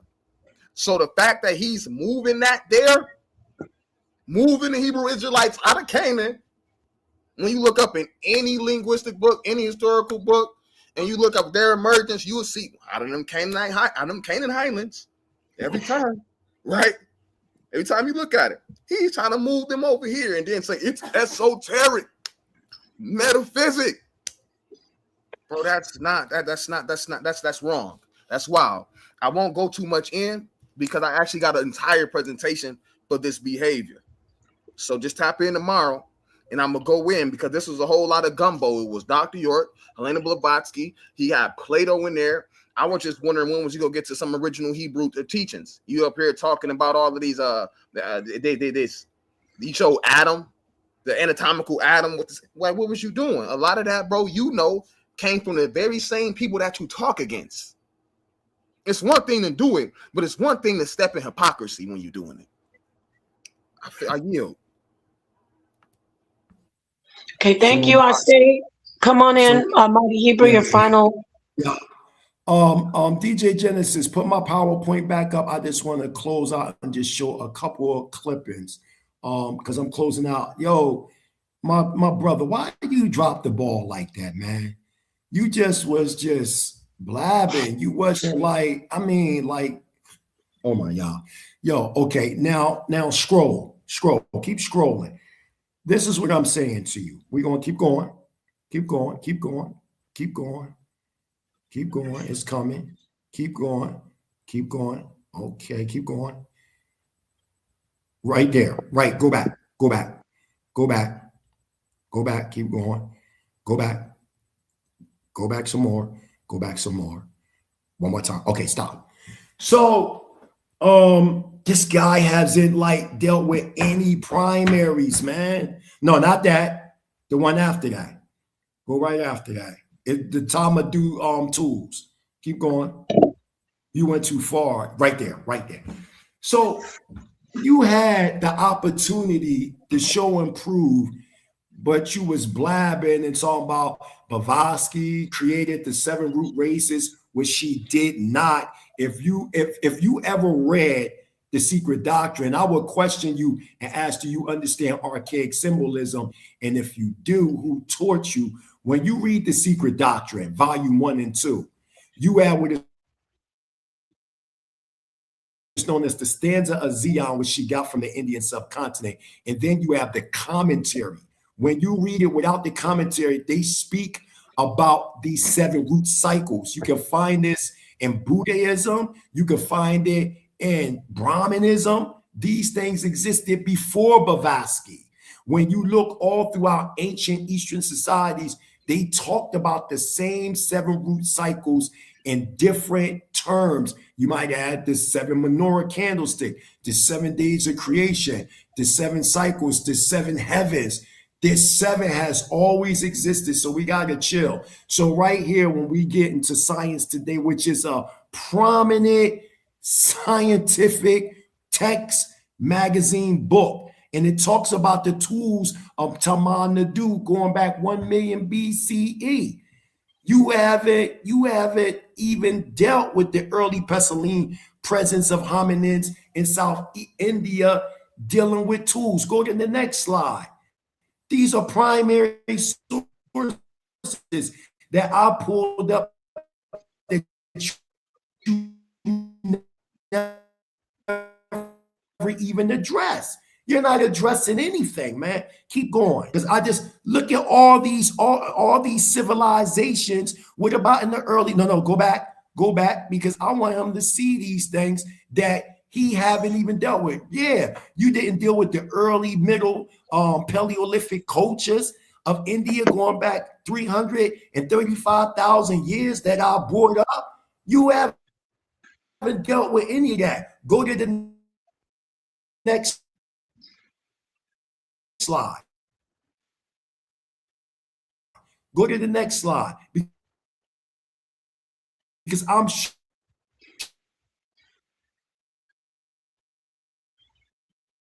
scientists. Look, I proved about Max Muller, how he created the Aryan myth, that, and then I use East Indian scholars, right? East Indian scholars out of their own mouth came at Max Muller. He was a racist, man, and he took the Dravidian / Brahmanistic caste system that was dealing with status and made it into race. Are you with me? You haven't even dealt with that. Go to the next slide.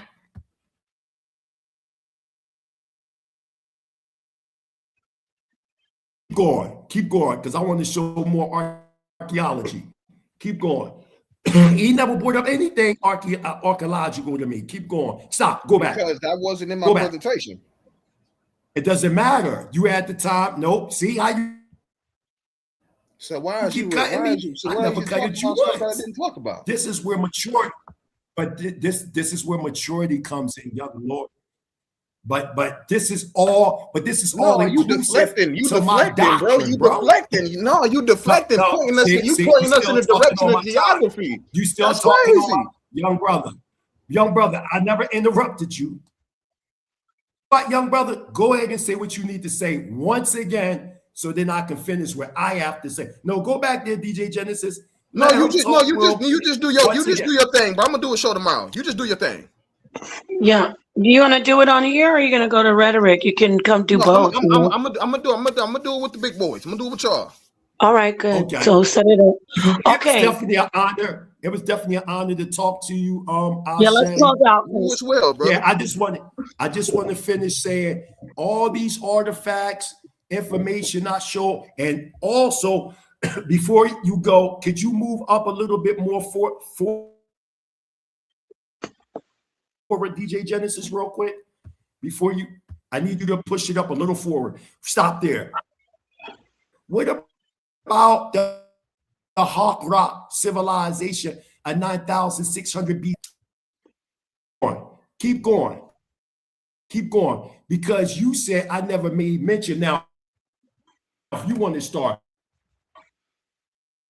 talking about, man, you're breaking up a lot. It's the delays in Africa, y'all. Sanskrit words for Jerusalem and all.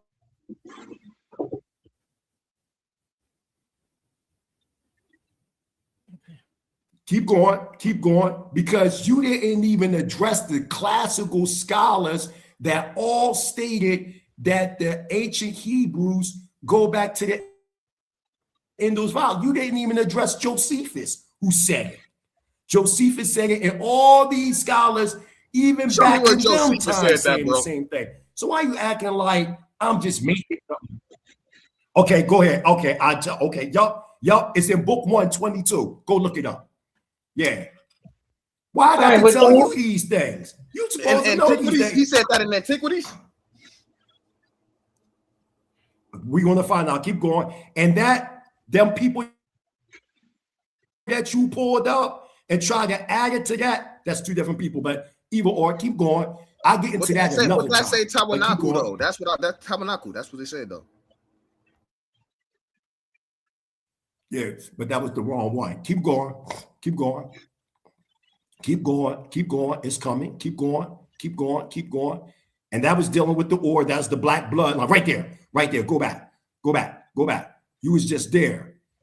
Keep going. Keep going. Keep going. A couple more times. Keep going. Keep going. Keep going. Oh, my fault. The next one. Go. No, other way. Jesus Christ. Oh, one more time. I'm sorry. One more time. Right there. So you got, these are classical scholars, my young Lord. Listen to me, Elohim. These are classical scholars of that time that are eyewitnesses. So you got Josephus in book 122 confirming that we come from the Indus Valley, the original Hebrews, and he even quoted the philosopher Aristotle saying that the Israelites derived from Indian philosophers. He said that in book 122. I didn't say that. You asked to give you the scissors, my lizard. Yeah, right? Yeah. And then that's crazy. Then if you go to Claritus of Sole, he was also a contemporary too, right? Of that time. Okay. And he says that the Jews mean your connection turn. Your connection is getting worse, and unfortunately, now we can't understand it. But you're borging. But I will say this: take that down. Giving this dude sources. He ain't give up no sources. Take that out. Okay, we're gonna. He can't hear. He can't hear us. And then, right, yo, I say funny, you know what I mean? And when you go to Genesis chapter 11, let me ask you a question, Ashe, before we go. Ashe, in Genesis chapter 11, when it says the whole earth was one, right? Even though in the Hebrew it don't say that, it don't say the whole earth, it just says the land was one. And it says that they came from the east and they found a plain called Sinar. Where they come from? Where did it come from?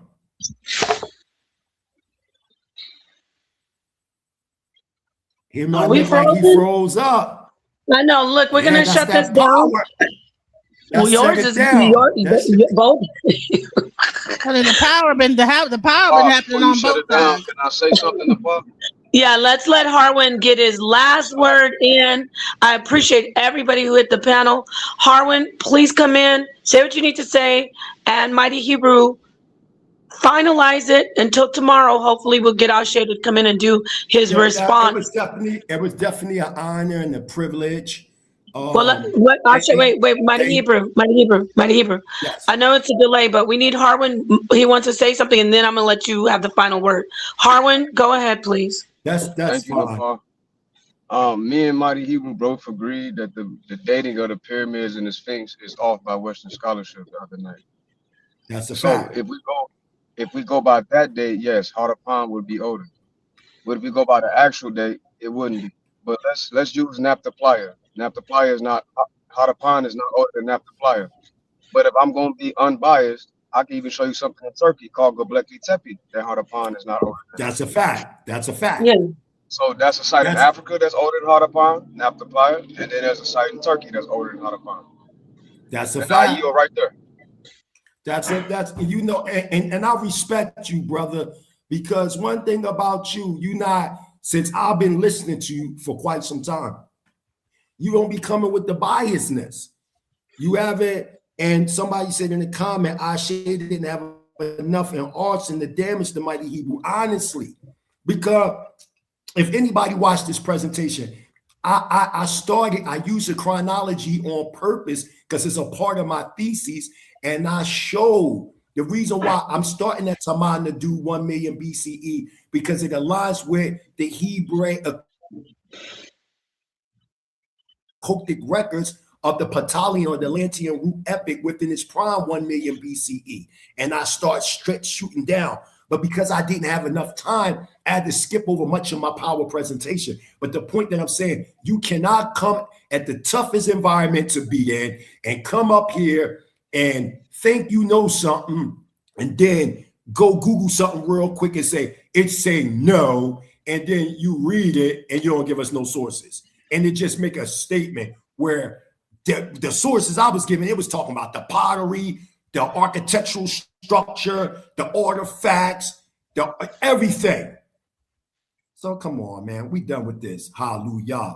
I want to ask a question real quick about the thing that the one thing I do want to point out, I also love Harwin's information, but from what I know about Göbekli Tepe and Naphtaliah, they're 100% they do predate the Indus Valley civilization, but those two it's debated that those aren't civilizations, right? Were they places of worship more?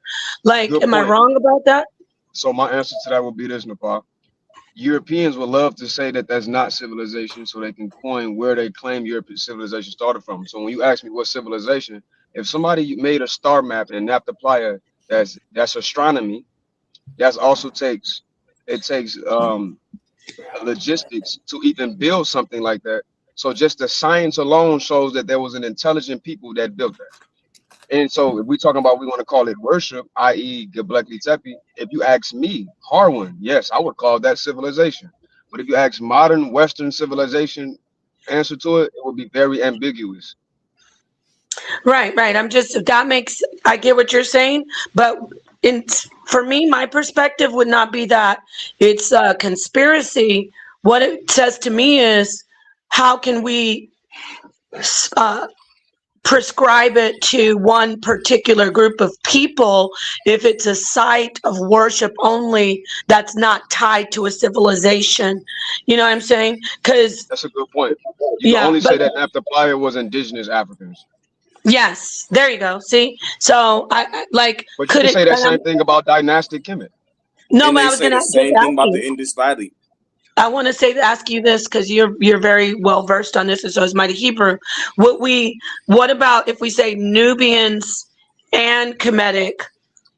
That not the Playa predates that, right? Correct. So I would say that Nubia, what we're calling Nubia, Naphtaliah will be a part of that, but they're using Nubia in modern times as an anachronistic term, even though Harwin would argue that that's an ancient word, but that's not the conversation. Yeah, that's a fact. What we're saying is that Naphtaliah, if you want to call that Nubian, you can say yes, but even Nubians is an amalgamation of different African groups. Because Harwin, okay, I'm glad we got to close this out, but I got to do a show with you on this, and I hope Mighty Hebrew will come back in because my question. Can I ask Harwin? Can I ask Harwin one question before he go? Can I ask? And before that, I want to say to Brother Ashe, yo, man, I respect that you had the nerve to say, yo, I'm gonna challenge the Mighty Hebrew. I definitely give you your props on that. You know what I mean? Because you don't challenge anybody. You keep the old lion up because I'm telling you, I was gonna go sit there. So you know I'm hemp friendly. Everybody know I'm hemp friendly, and I was gonna just Sit, retire, chill. Brother said, look, I'm going to challenge that. So you got me out of my bag real quick. But Harwin, I want to ask you a quick question before you go. What's good, bro? When I put the information that I put up of all them civilizations that you've seen going back to 1 million BCE, when we see a Tamana with the tools and the hominins going back 1 million BCE, giving you the science journal, the sources, everything, and going into the Hakra civilizations and all them other civilizations I was showing going back 50,000 BCE. What do you think about all that stuff I showed?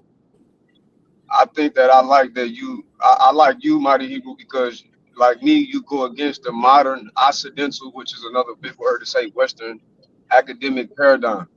So just like Nepal just asked me about that word civilization, that word becomes very ambiguous when we're using modern terms to explain what a civilization actually is.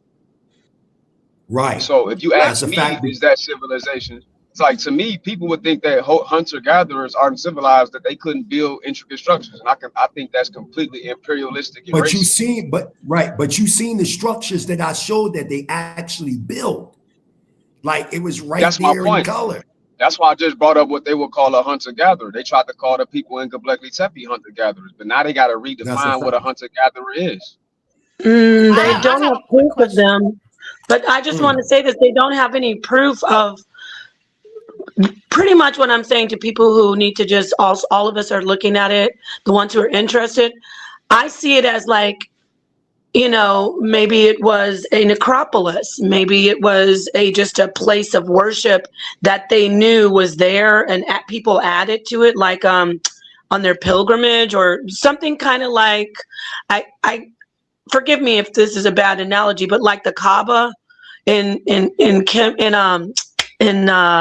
the Middle East, the Mecca, the Mecca. So it's not a bad analogy, no problem. But I would still say that's a civilization. Civilizations go there, right? Harwin, all the different civilizations, mixture, go there. Yeah, different peoples of different civilizations, modern times, go there right now. Right. Okay. I have a quick thing I wanted to say, and I want to address Ashe, because he did talk about like the asexual, and he called that transgenderism.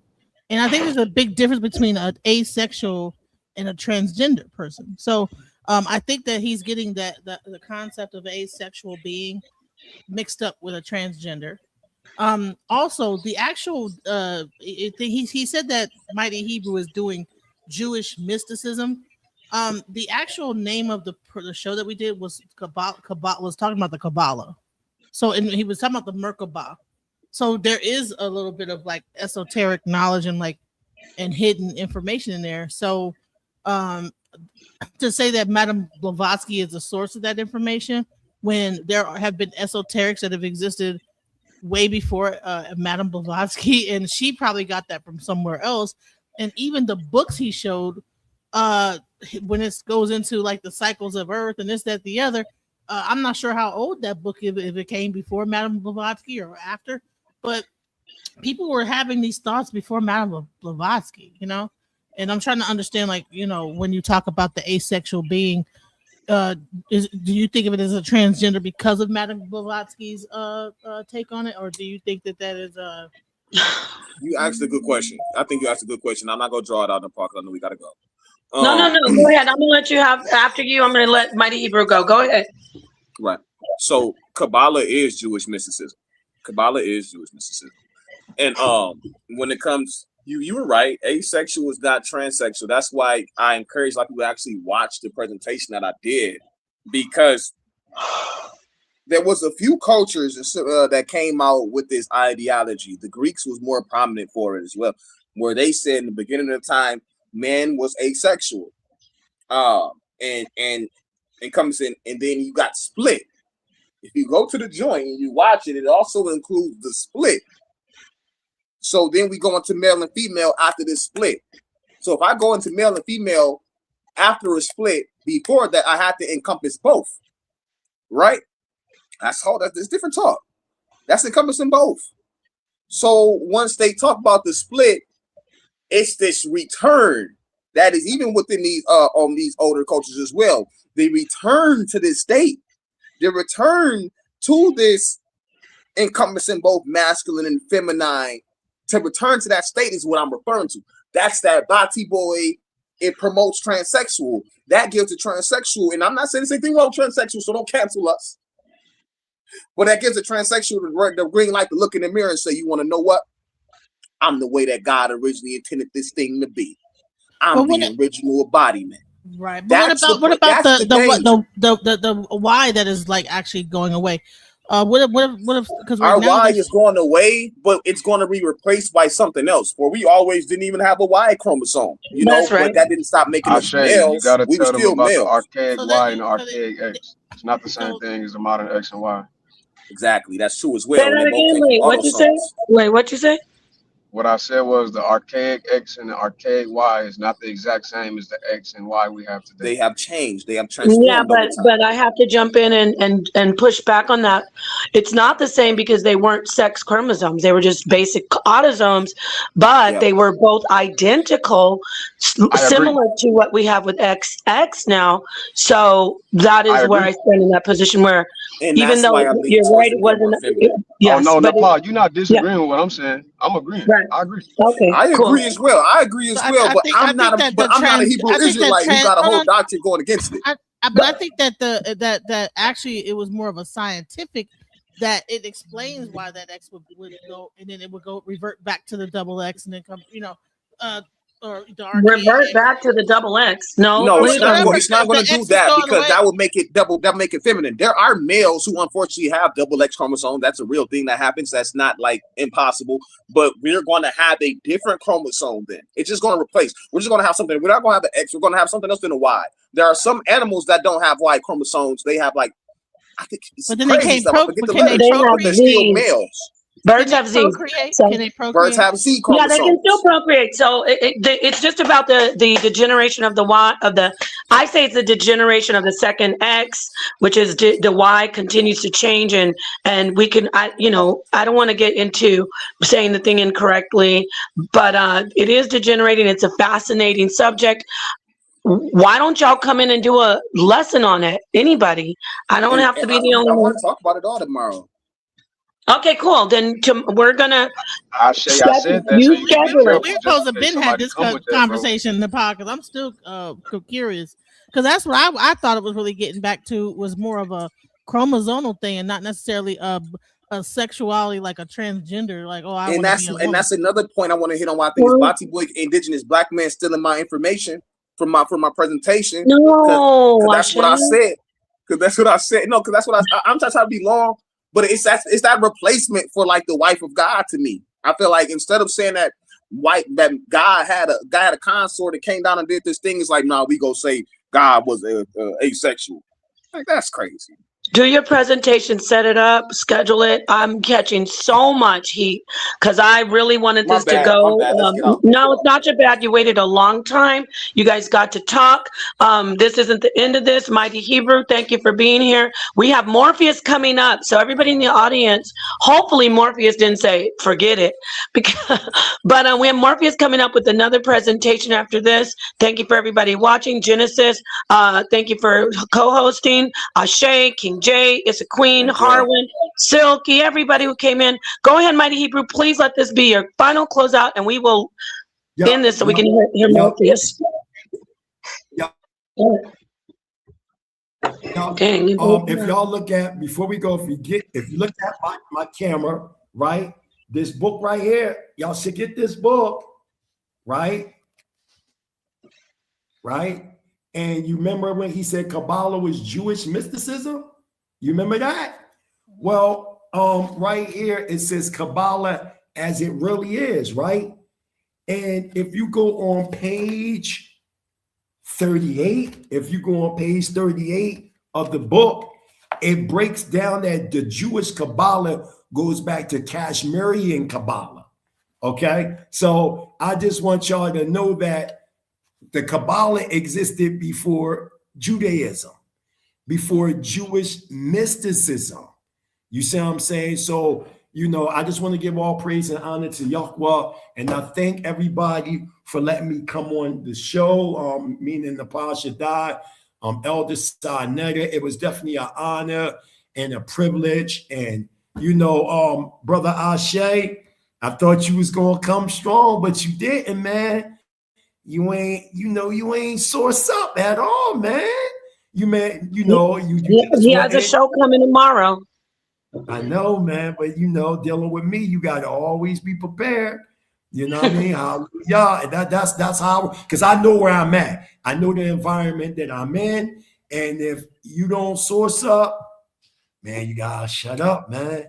But I love shit, you. let me drop the bomb on that one. Wait, hold on. There we go. And all right, brother Asiatic is correct. All right, shalom, shalom, hallelujah.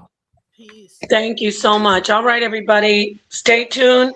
Next stream, hopefully we will have Morpheus still come in. We did go over an hour, but we needed to get that in. We needed to let everybody get up and have their commentary. And I wanted to see Ashe face the mighty Hebrew. Shout out to Ashe. He is one of the most, how do you say? I shouldn't say most. He's the fiercest roaring lion, young lion in the HOK. I will say that he's ready to, he don't care who it is. So thank you, everybody. Peace. Indigenous black man said, I better check you, Ashe. Come on now. It's all good. Everybody's always stealing his knowledge. It doesn't. You know they keep, you know we be stealing from Indigenous. Don't play with him.